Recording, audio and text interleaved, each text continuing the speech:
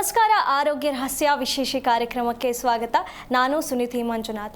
ಒಬ್ಬ ತಾಯಿ ಮಗುವಿಗೆ ಜನ್ಮ ನೀಡುವ ಮುಂಚೆಯೇ ಆ ಮಗುವಿಗೆ ಆ ವಿದ್ಯೆಯನ್ನು ಕಲಿಸಬೇಕು, ಈ ವಿದ್ಯೆಯನ್ನು ಕಲಿಸಬೇಕು ಅಂಥೇಳಿ ಹಲವಾರು ಕನಸನ್ನು ಇಟ್ಕೊಂಡಿರ್ತಾಳೆ. ಮಗುವನ್ನು ಸಕಲ ಕಲಾ ವಲ್ಲಭನನ್ನಾಗಿ ಮಾಡಬೇಕು ಅನ್ನುವಂಥ ಆಸೆಯನ್ನು ಇಟ್ಕೊಂಡಿರ್ತಾಳೆ. ಆದರೆ ತಾಯಿ ಮಗುವಿನ ಶ್ರೇಷ್ಠವಾದ ವಿದ್ಯೆ ಯಾವುದು ಅನ್ನೋದ್ರ ಬಗ್ಗೆ ಇದ್ರ ಬಗ್ಗೆ ಯಾರಿಗೂ ಕೂಡ ಇನ್ನೂವರೆಗೂ ಗೊತ್ತಾಗೇ ಇಲ್ಲ. ಹಾಗಾದರೆ ಶ್ರೇಷ್ಠವಾದ ವಿದ್ಯೆ ಅನ್ನೋದು ಇದೆಯಾ? ಇದ್ರೆ ಯಾವುದು? ಎಲ್ಲವನ್ನ ಇವತ್ತು ತಿಳಿತಾ ಹೋಗೋಣ. ಇದನ್ನ ತಿಳಿಸ್ಕೊಡೋದಕ್ಕೆ ಇವತ್ತು ನಮ್ಮೊಂದಿಗೆ ಇದ್ದಾರೆ ಶ್ರೀಮಾನ್ ಶ್ರೀ ಪುರುಷೋತ್ತಮ್ ದೇಶಕ್ ಗುರೂಜಿ. ಅವರನ್ನ ಕಾರ್ಯಕ್ರಮಕ್ಕೆ ಸ್ವಾಗತಿಸೋಣ. ಸ್ವಾಗತ ಗುರುಗಳೇ. ನಮಸ್ಕಾರ ಗುರುಗಳೇ. ಹಾಗಾದ್ರೆ ನಿಜವಾಗ್ಲೂ ಅಂಥದ್ದೊಂದು ಶ್ರೇಷ್ಠ ವಿದ್ಯೆ ಇದೆಯಾ? ಇದ್ರೆ ಯಾವುದು ಗುರುಗಳೇ? ಹರಿ ಓಂ ಶ್ರೀ ಗುರುಭ್ಯೋ ನಮಃ. ಶ್ರೇಷ್ಠವಾದ ವಿದ್ಯೆ ಅಂದರೆ ಇವತ್ತು ನೀನು ಪ್ರಾರಂಭದಲ್ಲಿ ಮಾತಾಡಿದ ಮಾತೇ ಶ್ರೇಷ್ಠ. ಅಂದರೆ ಯಾವುದೇ ಒಂದು ವಿದ್ಯೆ ಅಂತಕ್ಕಂಥದ್ದು, ಮಾತನಾಡೋದು ಅಂತಕ್ಕಂಥದ್ದು ಅಥವಾ ನಡ್ಕೊಳ್ತಕ್ಕಂಥ ರೀತಿ ನೀತಿಗಳು, ಬದುಕಿನ ಮೌಲ್ಯಗಳು, ಇವೆಲ್ಲ ವಿದ್ಯೆನೇ. ನಾವು ವಿದ್ಯೆ ಅಂದರೆ ಒಂದೇ ತಿಳ್ಕೊಂಡಿರೋದು, ದುಡ್ಡು ಸಂಪಾದನೆ ಮಾಡೋಕ್ಕೆ, ಕೆಲಸಕ್ಕೆ ಹೋಗೋಕ್ಕೆ ವಿದ್ಯೆ ಅಂತ ಬೇಕಾಗತ್ತೆ ಅಂತ ಅಷ್ಟೇ ತಿಳ್ಕೊಂಡ್ರು ಅಲ್ಲ. ಪ್ರತಿ ಕ್ಷಣನೂ ಕೂಡ ವಿದ್ಯೆನೇ. ಸಮಯವನ್ನು ಪಾಲನೆ ಮಾಡ್ತಕ್ಕಂಥದ್ದು, ಹೌದಾ? ಹೊಸದು ಏನಾದ್ರು ಒಂದು ವಿಚಾರವನ್ನು ಮಾತಾಡ್ತಕ್ಕಂಥದ್ದು, ಕೇಳಿಸ್ಕೊಳ್ತಕ್ಕಂಥದ್ದು, ನೋಡ್ತಕ್ಕಂಥದ್ದು, ಇವೆಲ್ಲವೂ ವಿದ್ಯೆಯೇ. ಹೌದು. ಹಾಗೆ ಈಗ ನೀನು ಪ್ರಶ್ನೆ, ತಾಯಿ ಮಗುವಿಗೆ ವಿದ್ಯೆ ಇದು ಸ್ಕೂಲ್ದ, ಕಾಲೇಜ್ದ, ಮನೆದ, ದೇಹದ, ಮನಸ್ಸಿಂದ ಪ್ರಶ್ನೆ. ಹೌದು. ಇದು ಯಾವುದಿರಬಹುದು? ಅಥವಾ ವಿದ್ಯೆ ಇದೆಯಾ? ಇದ್ದರೆ ಯಾವುದು ಆಗಿರಬಹುದು? ಅದು ಸಾಧ್ಯನಾ? ಕೇಳಬಹುದಾ? ನಂಬಬಹುದಾ? ಆಚರಣೆಗೆ ತರಬಹುದಾ? ಹಲವಾರು ಪ್ರಶ್ನೆಗಳಿಗೆ ಒಂದು ವಿಚಾರ ಬರುತ್ತೆ. ಹೌದು ಗುರುಗಳೇ. ಈ ರಹಸ್ಯಕ್ಕೆ ಕಾರಣಕರ್ತನಾಗಿರ್ತಕ್ಕಂತಹ ಶ್ರೀಮನ್ನಾರಾಯಣನ ಪಾದ ಕಮಲಗಳಿಗೆ ಕೋಟಿ ಕೋಟಿ ನಮನಗಳನ್ನ ಅರ್ಪಣೆಯನ್ನು ಮಾಡಿ ವಿಷಯಕ್ಕೆ ಬರೋದೇ ಆದರೆ, ಮಗುಗೆ ಒಂದು ವಿದ್ಯೆ ಇವ್ರು ತಿಳ್ಕೊಂಡಿರೋದು ಸ್ಕೂಲ್ ಕಳಿಸೋದು, ಅದು ಓಕೆ, ಅದಲ್ರಿ. ತಾಯಿ ತಂದೆ ಆದವರು ಮಗುವಿಗೆ ಮೂಲ ವಿದ್ಯೆಯನ್ನು ಯಾವುದು ಕೊಡಬೇಕಿತ್ತು? ಎರಡನೇದು, ಆ ವಿದ್ಯೆಯನ್ನು ಮಗು ಕೊಡೋದಕ್ಕೆ ತಾಯಿಗೊಂದು ವಿದ್ಯೆ ಬೇಕಾಗತ್ತೆ. ಹೌದು. ಅದು ತಾಯಿ ವಿದ್ಯೆ, ಇದು ಮಗುವಿನ ವಿದ್ಯೆ. ಇವೆರಡು ಕುಟುಂಬದಲ್ಲಿ ಉತ್ಪತ್ತಿ ಮಾಡಿಕೊಳ್ಬೇಕಾಗಿರ್ತಕ್ಕಂಥ ಮೂಲ ವಿದ್ಯೆ. ತಾಯಿಗೇನು ಬೇಕಾಗತ್ತೆ ಹಾಗಾದರೆ ವಿದ್ಯೆ? ನಾವು ಎಷ್ಟೋ ಜನ ನಾವು ಓದೇ ಇಲ್ಲಪ್ಪ, ನಾವು ಸಂಸಾರ ಮಾಡಿಲ್ವಾ? ಅಲ್ಲ, ಓದಿರೋರು ಸಂಸಾರ ಮಾಡ್ತಾವ್ರೆ, ಸಕ್ಸಸ್ ಆಗಿಲ್ಲ. ಓದದೇ ಇರೋರು ಸಂಸಾರ ಮಾಡ್ತಾವ್ರೆ, ಸಕ್ಸಸ್ ಆಗಿಲ್ಲ. ಹೌದಾ? ಇಲ್ಲಿ ಸಂಸಾರಕ್ಕೆ ಓದು ಅನ್ನೋ ಪ್ರಶ್ನೆ ಅಲ್ಲ. ಸಂಸಾರದ ಮೂಲ ವಿದ್ಯೆ ಯಾವುದು ಅಂದರೆ ಹೇಳಕ್ಕಾಗತ್ತೆ, ಕಷ್ಟ ಅಲ್ಲಮ್ಮ. ಯಾವುದು ಅಂತ ಹೇಳೋದು? ಇದರ ಮೂಲ ಸತ್ಯ, ಸಂಸಾರ ಬಂಧನದಿಂದ ಮುಕ್ತಿ ಹೊಂದುವ ವಿದ್ಯೆ ಬೇಕು ಹೆಣ್ಣಿಗೆ. ಮದುವೆಯಾದ ಹೆಣ್ಣಿಗೆ ಮಗು ಇನ್ನೂ ಆಗಿರಲ್ಲ. ಹೌದು. ಆ ಒಂದು ಸಂಸಾರ ಅಂದ ತಕ್ಷಣ ಎಲ್ಲರೂ ಎದುರಿಸ್ಬಿಟ್ಟಿರ್ತಾರೆ, ಅಯ್ಯೋ ಕಟ್ಕೊಂಡು ಬಂಧನದಲ್ಲಿ ಸಿಕ್ಕಾಕೊಂಡ್ಬಿಟ್ಟಿದ್ದೀವಿ, ಭಗವಂತ ಯಾವತ್ತಪ್ಪ ಸೆರೆ ಬಿಡಿಸ್ತೀಯಾ? ಎಷ್ಟು ಜನ ಹೇಳ್ತಾರೆ ಈ ವಿಷಯನ, ಹೌದಾ? ಈ ಬಂಧನ ಅನ್ನೋದು ಸರಿನಾ? ಮಹಾ ಅಪರಾಧ. ಬಂಧನ ಅನ್ನೋದು ತುಂಬ ಘೋರ ಅಪರಾಧ. ಇದು ಅಲ್ಲ ಸ್ವಾಮಿ, ನಾವು ಅನುಭವಿಸ್ತಾ ಇದ್ದೀವಿ, ನೀವು ಏನು ಹಿಂಗೆ ಹೇಳ್ಬಿಟ್ರೆ ನಾವು ಮತ್ತೆ ಇನ್ನಿಂಗೆ ಹೇಳ್ಬೇಕದನ್ನ, ಹೌದಲ್ಲ? ನಾವು ಇಷ್ಟೊಂದು ಕಷ್ಟ ಅನುಭವಿಸ್ತಾ ಇದ್ದೀವಿ, ಮದುವೆ ಮಾಡ್ಕೊಂಡು ಬಂಧನ ತಾನೇ ಅದು? ಸುಖನಾ? ಸುಖ ಸಿಕ್ಕಿಲ್ವಲ್ಲ. ಇಲ್ಲಿವರೆಗೂ ಇದಕ್ಕೆ ಉತ್ತರ ಯಾರಿಗೂ ಸಿಕ್ಕಿಲ್ಲ, ಸಿಗೋದೂ ಇಲ್ಲ. ಯಾಕೆ ಅಂದರೆ ಪ್ರಶ್ನೆ ಏನು ಅಂತಾನೆ ಅರ್ಥ ಆಗಿಲ್ಲ. ಮದುವೆ ಎಂದರೆ ಏನು? ಸಂಸಾರ ಎಂದರೆ ಏನು? ಇಲ್ಲ, ನಮ್ಮಪ್ಪ ಹೇಳ್ದ ಮಾಡ್ಕೊಂಡೆ ಅಷ್ಟೇ ಅಲ್ವಾ? ಇಲ್ಲ, ಇದು ತಪ್ಪಾಗಿರುವ ಕಾರಣ ನಾವು ಅನುಭವಿಸ್ತಾ ಇದ್ದೀವಿ. ಜೊತೆಗೆ ಮಕ್ಕಳಿಗೂ ಅನುಭವಿಸೋಕ್ಕೆ ನಾವೇ ಅಪ್ಲಿಕೇಶನ್ ಹಾಕಿದ್ದೀವಿ ಗೊತ್ತಿಲ್ಲದೆ. ಮಗು ಚೆನ್ನಾಗಿರಬೇಕು ಅಂತ ಹೇಳ್ತಾರೆ, ಆದರೆ ಅಪ್ಲಿಕೇಶನ್ ಹಾಕಿರೋದು ರಾಂಗ್ ಅಪ್ಲಿಕೇಶನ್. ಮಗು ಮುಂದಕ್ಕೆ ಹೋಗಲೇಬಾರ್ದು. ಆಮೇಲೆ ಅವರೇ ಹುಡುಕ್ತಾರೆ, ಯಾಕೆ ನನ್ನ ಮಗ ಹಿಂಗಾದ, ಯಾಕೆ ನನ್ನ ಮಗ ಡಲ್ ಆದ, ಯಾಕೆ ನನ್ನ ಮಗಳು ಹಿಂಗಾದ್ದು, ಅವರೇ ಹುಡುಕ್ತಾರೆ. ಸೊ ಈ ಗೊಂದಲನೇ ಸಂಸಾರದ ಬಂಧನ. That is a wrong statement. ಸಂಸಾರ ಅನ್ನೋದು ಸಂಸ್ಕಾರ, ಅಂದರೆ ಪವಿತ್ರವಾದ ಸಂಸ್ಕಾರ. ದೇವರ ಪೂಜೆಗಿನ್ನೂ ಒಂದು ಕೈ ಜಾಸ್ತಿ ಯಾವುದು ಅಂದರೆ ಸಂಸಾರನೇ. ಯಾಕೆಂದರೆ ಪೂಜೆ ಮಾಡೋದ್ರಿಂದ ಸಂಸಾರಕ್ಕೆ ಒಳ್ಳೆಯದಾಗತ್ತೆ ಅಂತ ತಿಳ್ಕೊಂಡದು ಮೂರ್ಖತನ. ಪೂಜೆ ಏನಕ್ಕೆ ಮಾಡಬೇಕು? ಪೂಜೆ ಮಾಡೋ ಉದ್ದೇಶ ಏನು ಅಂದರೆ ಅಭ್ಯಾಸ, ಸಮಯದ ಅಭ್ಯಾಸವನ್ನು ಮಾಡಲಿಕ್ಕೆ ಪೂಜೆ ಮಾಡೋದೇ ವಿನಃ ಒಂದು ನಿಯಮ. ಬೆಳಿಗ್ಗೆ ಎದ್ದು ಸ್ನಾನ ಮಾಡಿ ಒಂದು ಪೂಜೆ ಮಾಡ್ತೀವಿ, ನಿಯಮ ಅದು. ಯಾಕೆ ಅಂದರೆ 6 ಗಂಟೆ ಒಳಗಡೆ ನಾನು ಪೂಜೆ ಮುಗಿಸ್ತೀನಿ. ಅಲ್ಲಿ ಪೂಜೆದೆಲ್ಲ ವಿಚಾರ ಪ್ರತಿಫಲ. 6 ಗಂಟೆಗೆ ಅಂತ ನೀನು ಟೈಮ್ ರೀಚ್ ಆಗ್ತೀಯಲ್ಲ, ಅದು ಪೂಜೆ. ನೀನು ದೇವ್ರ ನೈವೇದ್ಯ ಮಾಡ್ದೋ, ಗಂಧದ ಕಡ್ಡಿ ಹಚ್ತೋ, ಕೈ ಮುಗಿದೋ, ದೀಪ ಹಚ್ದೋ ಇಲ್ವೋ ಸೆಕೆಂಡ್ರಿ. ಸಮಯ ಪಾಲನೆ ಮಾಡುವ ಅಭ್ಯಾಸವೇ ನೀನು ಮಾಡುವ ಶ್ರೇಷ್ಠವಾದ ಪೂಜೆ. ಈಗ ಮಕ್ಕಳಿಗೆ ಹೇಳ್ಕೊಟ್ಟವ್ರ ಇಲ್ಲ, ಹೋಯ್ತಾ ಗಣಪತಿ ದೇವಸ್ಥಾನಕ್ಕೆ ಹೋಗ್ಬಿಟ್ಟು ಕೈ ಮುಕ್ಕೊಂಡು ಹೋಗು, ನವಗ್ರಹ ಸುತ್ತಬಿಟ್ಟು ಹೋಗು, ಈ ಮಂತ್ರ ಹೇಳ್ಕೊಂಡು ಜೇಬಲ್ಲಿ ಇಟ್ಕೋ, ಕುಂಕುಮ ಜೇಬಲ್ಲಿ ಇಟ್ಕೋ, ಅಕ್ಷತೆ ತಲೆ ಮೇಲೆ ಹಾಕೋ ಅಂದರೆ ಇದೆಲ್ಲ ತಪ್ಪು ಅಂತಲ್ಲ. ಮಾಡಿ ನೀವು. ಮೂಲ ಪೂಜೆ ಯಾವುದು ಅಂದರೆ ಸಮಯವನ್ನು ಪ್ರೀತಿಸುವ ವ್ಯಕ್ತಿಗೆ ಪ್ರತಿ ಕ್ಷಣನೂ ಅವನ ಹತ್ರ ಸಮಸ್ಯೆ, ದುಃಖ, ಸಂಸಾರದಲ್ಲಿ ಹಿಂಸೆ ಏನೂ ಬರಲ್ಲ. ಅಮ್ಮ ಮನೇಲಿ ಒಬ್ಬ ಗೃಹಿಣಿ 3 ದಿನ ಕ್ಲೀನಾಗಿ ಬೆಳಗ್ಗೆ ಎದ್ದು ಸ್ನಾನ ಮಾಡಿ ಪೂಜೆ ಮಾಡಿದೆ ಅಂತ 3-4ನೇ ದಿನಕ್ಕೆ ಫುಲ್ ಹಿಂದಕ್ಕೆ ಬಂದುಬಿಟ್ಟಿರ್ತಾರೆ. ಆಗಲ್ಲ ನನಗೆ ಮೈ ನೋವು, ಎದ್ದೆ ಆಯ್ತಲ್ಲ ನನ್ನ ಕೈಲಿ ಆಗಲ್ಲ, ಫಿನಿಶ್ ಔಟ್. ನಾಳೆ 5ನೇ ದಿನಕ್ಕೆ ಇಲ್ಲವೇ ಇಲ್ಲ, 1 ವಾರ ಆದಮೇಲೆ ಗೊತ್ತೇ ಇಲ್ಲ. ಕಾರಣ ದೇಹ ಮನಸ್ಸು ಸ್ಪಂದಿಸ್ತಾ ಇಲ್ಲ. ಇದನ್ನು ಸ್ಪಂದಿಸೋದೇ ನಿಜವಾದ ಶ್ರೇಷ್ಠವಾದ ಪೂಜೆ ಅಂತ ಯಾವ ಹೆಣ್ಣು ತಿಳ್ಕೊಂಡಿರ್ತಾಳೋ ಆ ಬಂಧನ ಸಂಸಾರ ಅಲ್ಲ. ಅದು ಬಂಧನ ಆಗಲಿಕ್ಕಿಲ್ಲ. ನನ್ನ ಕೈಲಿ ಆಗಲ್ಲ, ನನ್ನ ಕಷ್ಟ, ನನ್ನ ಹಿಂಸೆ ಅನ್ನತಕ್ಕಂಥದ್ದೇ ಬಂಧನ. ಅದು ನೀವೇ ಮಾಡಿಕೊಂಡ್ರೋ ಬಂಧನ, ದೇವ್ರು ಕೊಟ್ಟಿದ್ದಲ್ಲ, ಅಥವಾ ಮದುವೆಯಿಂದ ಬಂದದ್ದಲ್ಲ, ಅಥವಾ ತಂದೆ ತಾಯಿ ಕೊಟ್ಟಿದ್ದಲ್ಲ. ಅದು ನಿಮ್ಮದೇ ಬಂಧನ. ಯಾವುದು? ತಿಳಿಯದೇ ಇರುವುದೇ ಒಂದು ಬಂಧನ. ಪೂಜೆ ಮಾಡಿದ್ರು ತಿಳಿದೇ ಪೂಜೆ ಮಾಡಿದ್ರೆ ಬಂಧನನೇ. ದೇವ್ರ ಹತ್ರ ಎಲ್ಲ ಆದಮೇಲೆ ಕೊನೆಯಲ್ಲಿ ಕೂತ್ಕೊಂಡು ಕಣ್ಣೀರು ಹಾಕೊಂಡು ನಾನು ಇಷ್ಟು ಮಾಡ್ತೀನಿ, ನನ್ನ ಗಂಡ ನನ್ನ ಮಾತೆ ಕೇಳಲ್ಲ ಅಂತ ಅಲ್ಲಿಂದ ಕಣ್ಣಿನ ಹಾಕೊಂಡು ಈಚೆ ಬರ್ತೀರಾ. ಯಾಕೆ ಹೋದ್ರಿ ದೇವ್ರ ಮನೆಗೆ? ಅದಕ್ಕೆ ದೇವ್ರ ಮನೆಗೆ ಅದೊಂದು 8-10 ಲಕ್ಷ ಯಾಕೆ ಖರ್ಚು ಮಾಡಿಸ್ತೀರಾ ಅಲ್ವಾ? ಇದೆಲ್ಲ ತಪ್ಪು. ಈ ಸಂಸಾರದ ಬಂಧನವಾಗಿದೆ. ಇದಕ್ಕೆಲ್ಲ ಮೂಲ ಕಾರಣ ಏನು ಆಗಿರಬಹುದು ಅಂತಕ್ಕಂಥ ವಿಚಾರವನ್ನು ಒಂದು ಹಂತಕ್ಕೆ ಹೇಳೋದಕ್ಕೊಂಚೂರು ಪ್ರಯತ್ನ ಮಾಡೋಣ ಅಂತ ಅಂದ್ಕೊಂಡಿದ್ದೀನಿ. ಅದನ್ನು ತಿಳ್ಕೊಂಡು ಅರ್ಥ ಮಾಡ್ಕೋಬೇಕು. ಜೊತೆಗೆ ನಿನ್ನೆ ಹಿರಿಯರ ಶಾಪ ಅಂತಕ್ಕಂಥದ್ದು ಒಂದು 2 ಟಿಪ್ಸ್ ಹೇಳ್ಬಿಟ್ಟು ಮುಂದಕ್ಕೆ ಹೋಗೋಣ. ಹಿರಿಯರ ಶಾಪ ಅಂತ ನಿನ್ನೆ ವಿಚಾರವನ್ನು ಮಾತಾಡ್ದು, ಏನದು, ಅವರು ಅನುಭವಿಸಿದ್ದಾರೆ ಅಂದರೆ ಯಾವುದದು ಅಂತಕ್ಕಂಥ ವಿಚಾರಕ್ಕೆ ಕೊನೆ ಮಾಡುವಂಥ ಲೆಕ್ಕಾಚಾರಕ್ಕೆ ಸಾವು, ಹುಟ್ಟು ಸಾವು, ಇದರ ಮಧ್ಯದಲ್ಲಿ ನಿದ್ದೆ.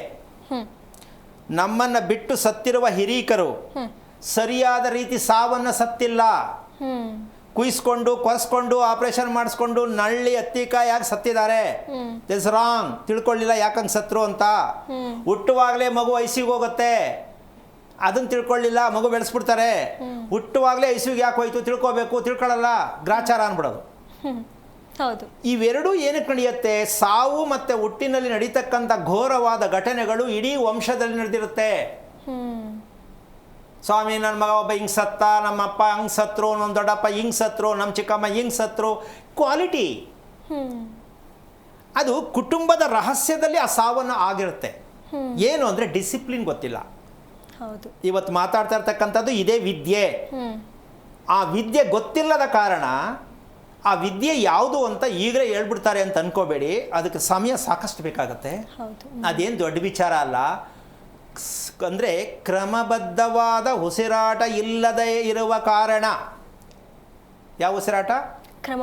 ಕ್ರಮಬದ್ಧವಾದ ಉಸಿರಾಟ ಗೊತ್ತಿದೆಯಾ? ದಯವಿಟ್ಟು ಯಾರಿಗಾರು ಫೋನ್ ಮಾಡಿ ಕೇಳ್ಕೊಳ್ಳಿ, ಗೂಗಲ್ ಹೊಡಿ ನೋಡೋಣ. ಕ್ರಮಬದ್ಧವಾದ ಉಸಿರಾಟ ಯಾವುದು? ಬರಲ್ಲ, ಅದು ಪಾಗಲಾಗ್ಬಿಟ್ಟಿರ್ತದೆ. ಅಥವಾ ಇನ್ಯಾರಿಗಾರು ಫೋನ್ ಮಾಡಿ ಕೇಳಿ, ಕ್ರಮಬದ್ಧವಾದ ಉಸಿರಾಟ ಅಂದರೆ ಯಾವುದು? ಇದು ತಿಳಿಯದೇ ಇರುವ ಕಾರಣ ಇದೇ ಮೂಲ ವಿದ್ಯೆ. ಮಗುಗೂ ಬೇಕು, ತಾಯಿಗೂ ಬೇಕು, ಹೌದಲ್ಲಮ್ಮ? ಬೇಕು ಗುರುಗಳೇ. ಈಗ ಆ ಉಸಿರಾಟದ ವಿಚಾರವನ್ನು ಸ್ಕೂಲ್ನಲ್ಲಿ ಮಕ್ಕಳಿಗೆ ಏನಾದ್ರು ಅಡ್ವೈಸ್ ಮಾಡೋಕ್ಕಾಗಿದೆಯಾ? ಇಲ್ಲ ಗುರುಗಳೇ. ಹಾಗಿದ್ದ ಮೇಲೆ ನಾನು ಪ್ರತಿದಿನ ಬೈತಾ ಇರ್ತಕ್ಕಂಥದ್ದು ಅಂತ ಎಷ್ಟೋ ಜನ ಅನ್ಕೋತಾರೆ, ಇವ್ರು ಯಾಕೆ ಎಜುಕೇಷನ್ಗೆ ಬೈತಾರೆ ಅಂತ. ಅಪ್ರಾಣಿ ನಾನು ಬೈತಾ ಇಲ್ಲ, ನೀವು ಹೋಗ್ತಾರೋ ರಸ್ತೆ ತಪ್ಪು. ವಿದ್ಯೆ ಅಂತಕ್ಕಂಥದ್ದು ಪ್ರತಿಯೊಬ್ಬರಿಗೂ ಬೇಕು. ಆದರೆ ಆ ವಿದ್ಯೆ ಯಾವುದಾಗಿರಬೇಕು ಅಂತ ತಿಳ್ಕೊಂಡು ನೀವು ಮಾಡ್ತಾ ಇಲ್ವಲ್ಲ ಅನ್ನೋದೇ ಒಂದು ಪ್ರಶ್ನೆ ಅಷ್ಟೇ. ಕಾರಣ ಲೌಕಿಕ ವಿದ್ಯೆ ನಮಗೆ ಜೀವನಕ್ಕೆ ಒಂದು ದಾರಿ ಆಗಬಹುದೇ ವಿನಃ ನಮ್ಮ ದೇಹಕ್ಕೆ ದಾರಿ ಸಿಗಲ್ಲ. ಲೌಕಿಕ ವಿದ್ಯೆ ಯಾವುದು? Mat, bat, but. ಇದು ಲೌಕಿಕವಾಗಿ ಬದುಕಲಿಕ್ಕೆ ಕಲಿತಾ ಇರಬೇಕಾದ ವಿದ್ಯೆ. ಆದರೆ ನಮ್ಮ ಆರೋಗ್ಯಕ್ಕೆ, ನಮ್ಮ ದೇಹಕ್ಕೆ ಅದು ಯಾವುದೇ ರೀತಿಗೆ ವರ್ಕ್ ಆಗಲ್ಲ. ಅದು ಇವತ್ತು ನಾವು ಹೇಳ್ತಿರ್ತಕ್ಕಂಥ ಮೂಲವಿದ್ಯೆ. ಹೆಣ್ಣಿಗೆ ಏನು ಬೇಕಾಗುತ್ತೆ? ಸಂಸಾರ ಬಂಧನದಿಂದ ಮುಕ್ತಿ ಕೊಡ್ತಕ್ಕಂಥ ವಿದ್ಯೆ ಹೆಣ್ಣಿಗೆ ಬೇಕು. ಅದು ಹೆಂಗಪ್ಪ ಅದರಿಂದ ಈಚೆ ಬರೋದು, ಅದು ಹೆಂಗೆ ಹೇಳ್ಕೊಳ್ಳೋದು ಅಂತ ಹೇಳಿಬಿಟ್ರೆ ಅದಕ್ಕೆ ಹೇಳ್ತೀನಿ. ಮಂಗಳಕರವಾದ ದಿನ ಮಂಗಳವಾರ. ಇವತ್ತು ಯಾವ ವಾರ? ಇವತ್ತು ಮಂಗಳವಾರ. ಹೌದಾ? ಇದನ್ನು ಮಂಗಳಕರವಾದ ವಾರ ಅಂತ ಹೇಳ್ತಾರೆ. ಇದನ್ನು ನಾವು ಮಂಗಳವಾರ ಶನಿವಾರ ಏನು ಮಾಡಬಾರ್ದಂತೆ ಅನ್ಕೋತೀವಿ. ಇದೊಂದು ದೊಡ್ಡ ಕಪಿಚೇಷ್ಟೆ ಇದು. ಹೌದು. ಅದಕ್ಕೆ ಆ ಸಾಂಗ್ ಯಾರೋ ಮಾಡೋದು ನೋಡಿ, ಶನಿವಾರ ಸೋಮವಾರ ಕೋಳಿ ಕೊಯ್ಬಾರ್ದ ಅಂತ. ಅದಿನ್ನೂ ಅವ್ರಿಗೆ ಅರ್ಥ ಆಗಿರೋ ಜನಗಳಿಗೆ ಇನ್ನೂ ಅರ್ಥ ಆಗಿಲ್ಲ. ತಿನ್ನೋದು ತಿಂತೀರ, ವಾರ ಏನದು ಸ್ಪೆಷಲ್ಲು ಅಲ್ಲಮ್ಮ? ಶನಿವಾರ ಬೇರೆ ಅಂತೆ, ಸೋಮವಾರ ಬೇರೆ ಅಂತೆ, ವಾರ ಬೇರೆ ಅಂತೆ. ಅದೆಂದ ಅದು? ಈ ಥರ ಎಲ್ಲ ನಾವು ತಿಳ್ಕೊಂಡು ಹಾಳಾಗ್ತಾ ಇರೋದು. ಪ್ರತಿದಿನವೂ ಶುಭಾನೇ ತಿಳ್ಕೊಂಡ್ರೆ. ಅದಕ್ಕೋಸ್ಕರವಾಗಿ ಏನದು ಮಂಗಳಕರವಾದ ದಿನ ಪ್ರತಿ ಹೆಣ್ಣಿಗೆ ಬೇಕು ಅಂದರೆ, ಬೆಳಿಗ್ಗೆ ಎದ್ದ ತಕ್ಷಣ ಯಾವ ತಾಯಿ ಮಂಗಳಕರವಾಗಿರ್ತಕ್ಕಂತಹ ದಾಂಪತ್ಯದಲ್ಲಿ ಖುಷಿ, ನೆಮ್ಮದಿ, ಹೆಸರು, ಆದರ್ಶವನ್ನು ಮಾಡಿರ್ತಕ್ಕಂಥ ದಂಪತಿಗಳು ಯಾರು ಅಂದರೆ ರಾಮ ಸೀತೆ. ಎಷ್ಟೇ ಕಷ್ಟ ಬಂದರು, ಕಾಡಿನಲ್ಲಿದ್ದರು, ಎಲ್ಲೂ ಕಷ್ಟ ಅಂತ ಶ್ರೀರಾಮನೂ ಹೇಳಿಲ್ಲ, ಸೀತೆನೂ ಹೇಳಿಲ್ಲ. ಹೌದಾ? ನಾವು ತಗೊಳ್ಳಿ ಮದುವೆಯಾಗಿ 3 ದಿನಕ್ಕೆ ಬರೀತಾರೆ ಶುದ್ಧ, ಅಯ್ಯೋ ಇಂಥ ಗಂಡ, ಅಯ್ಯೋ ಇಂಥ ಹೆಂಡತಿ ಅಂತ. ಹಾಗೆ ಕಾರಣ ಎಷ್ಟೇ ಆದರ್ಶವಾಗಿರ್ತಕ್ಕಂತಹ ಒಂದು ಮನೆಯಲ್ಲಿ ಗೃಹಿಣಿ ಆದಂತಹ ಲೆಕ್ಕಾಚಾರಕ್ಕೆ ಯಾರು ಒಬ್ಬರ ಆಧಾರ ಬೇಕಂತೆ. ಈಗ ನಿಮ್ಮ ಮಂದಿಯವರು ಇಟ್ಕೊಂಡಿದ್ದೀರಾ, ಏನು ನಮ್ದು ಆಂಜನೇಯ, ನಮ್ಮದು ಏನು ಈಶ್ವರ, ನಮ್ಮದು ಶ್ರೀನಿವಾಸ, ಏನೋ ಒಂದು ಇಟ್ಕೊಂಡಿದ್ದೀರಾ. ಅದೆಲ್ಲ ಮುಖ್ಯ. ಇದಕ್ಕೆಲ್ಲ ಸೇರಿ ಒಬ್ಬರೇ ಇರ್ತಾರೆ. ಯಾರು ಅಂದರೆ ಫೌಂಡರ್, ನಮ್ಮ ದೇಹವನ್ನು ಸೃಷ್ಟಿ ಮಾಡಿದಂಥ ಭಗವಂತ ಬೇಕಲ್ಲ. ಈ ಪ್ರಪಂಚವನ್ನು ಸೃಷ್ಟಿ ಮಾಡಿ ಎಲ್ಲರಿಗೂ ಬೆಳಕನ್ನು ಕೊಡ್ತಾ ಇರ್ತಕ್ಕಂಥ ಭಗವಂತ. ಇವರೆಲ್ಲ ಸೇರಿ ಮಹಾವಿಷ್ಣುವೇ. ಹೌದಾ? ಆ ಮಹಾವಿಷ್ಣುವಾಗಿ ಅವತಾರ ತಾಳೋದಕ್ಕೆ ಬಂದಂತಹ ಮನುಷ್ಯ ರೂಪದಲ್ಲಿ ಹುಟ್ಟಿದಂಥ ಶ್ರೀರಾಮ. ಅದಕ್ಕೆ ಪ್ರತಿ ಗೃಹಿಣಿ ಬೆಳಿಗ್ಗೆ ಸೂರ್ಯೋದಯಕ್ಕೆ ಮುಂಚೆ ಯಾರು ಬಾಯಿಂದ ಶ್ರೀರಾಮ ಅಂತ ಬಾಯಲ್ಲಿ ಬರುತ್ತೋ ಅವರ ದೇಹ ಬಿಸಿ ಉತ್ಪತ್ತಿಯಾಗತ್ತೆ. ಶ್ರೀರಾಮ ಅಂತ ಹೇಳಿ 3 ಸಲ ಹೇಳಿದ್ರೆ ಕಣ್ಣು ಮುಚ್ಚಿ ದೇಹ ಎಲ್ಲ ಬಿಸಿ ಆಗತ್ತೆ. ಬಿಸಿ ಯಾವಾಗ ಆಯಿತು, ದೇಹದಲ್ಲಿರ್ತಕ್ಕಂಥ ನೋವೆಲ್ಲ ಆಟೋಮೆಟಿಕ್ ರಿಲೀಸ್ ಆಗತ್ತೆ. 3 ಸಲ ಶ್ರೀರಾಮ ಅಂತ ಹೇಳಿದ್ರೆ, ಇನ್ನೊಂದು 10 ಸಲನೋ 50 ಸಲನೋ ಕೂತ್ಕೊಂಡು ಬರೆದ್ರೆ ಅವರ ಜೀವನ ಪಾವನ ಆಗೋಗುತ್ತೆ. ಇನ್ನು ದಿನಕ್ಕೊಂದು 150 ಸಲ ಬರಿತೀನಿ, 100 ಸಲ ಬರಿತೀನಿ ಅಂದರೆ ಅವ್ರು ಎಷ್ಟೋ ಜನ್ಮಾಂತರ ಮಾಡಿದಂಥ ಕರ್ಮಗಳೆಲ್ಲ ನಿವಾರಣೆ ಆಗುತ್ತೆ. ಆ ದಿನವೇ ಸಾಲ ಕ್ಲೋಸ್. ಇಂದಿನ ಸಾಲ ಏನೋ ಮಾಡಿದ್ದೀನಿ ಅಂತ ಹೇಳ್ತಾರಲ್ಲ, ಆ ಇಂದಿನ ಸಾಲಕ್ಕೆ ಈ ವಿದ್ಯೆಯನ್ನು ಬಳಸಿದ್ರೆ ಶ್ರೀರಾಮ 3 ಅಕ್ಷರದಿಂದ ಇದಕ್ಕೆ ರಾಮಕೋಟಿ ಅಂತ ಹೇಳ್ತಾರೆ. ಇದಕ್ಕೆ ಮೀರಿ ಪ್ರಪಂಚದಲ್ಲಿ ಇನ್ಯಾವ ವಿದ್ಯೆ ಇಲ್ಲ. ಯಾಕೆ ಅಂದರೆ ಸಂಸಾರದಲ್ಲಿ ಆದರ್ಶವಾಗಿರ್ತಕ್ಕಂತಹ ಆ ಶ್ರೀರಾಮ ಸೀತೆಯ ಒಂದು ಆದರ್ಶ ಗುಣಗಳನ್ನು ನಮ್ಮ ಕುಟುಂಬಕ್ಕೆ ಇಟ್ಟಾಗ, ನಾವು ಅದನ್ನು ಸ್ವಾಗತ ಮಾಡಿದಾಗ ನಮ್ಮ ಜನ್ಮ ಸಾರ್ಥಕವಾಗುತ್ತೆ. ಏನು ಹೇಳ್ತೀಯಮ್ಮ? ಹೌದು ಗುರುಗಳೇ.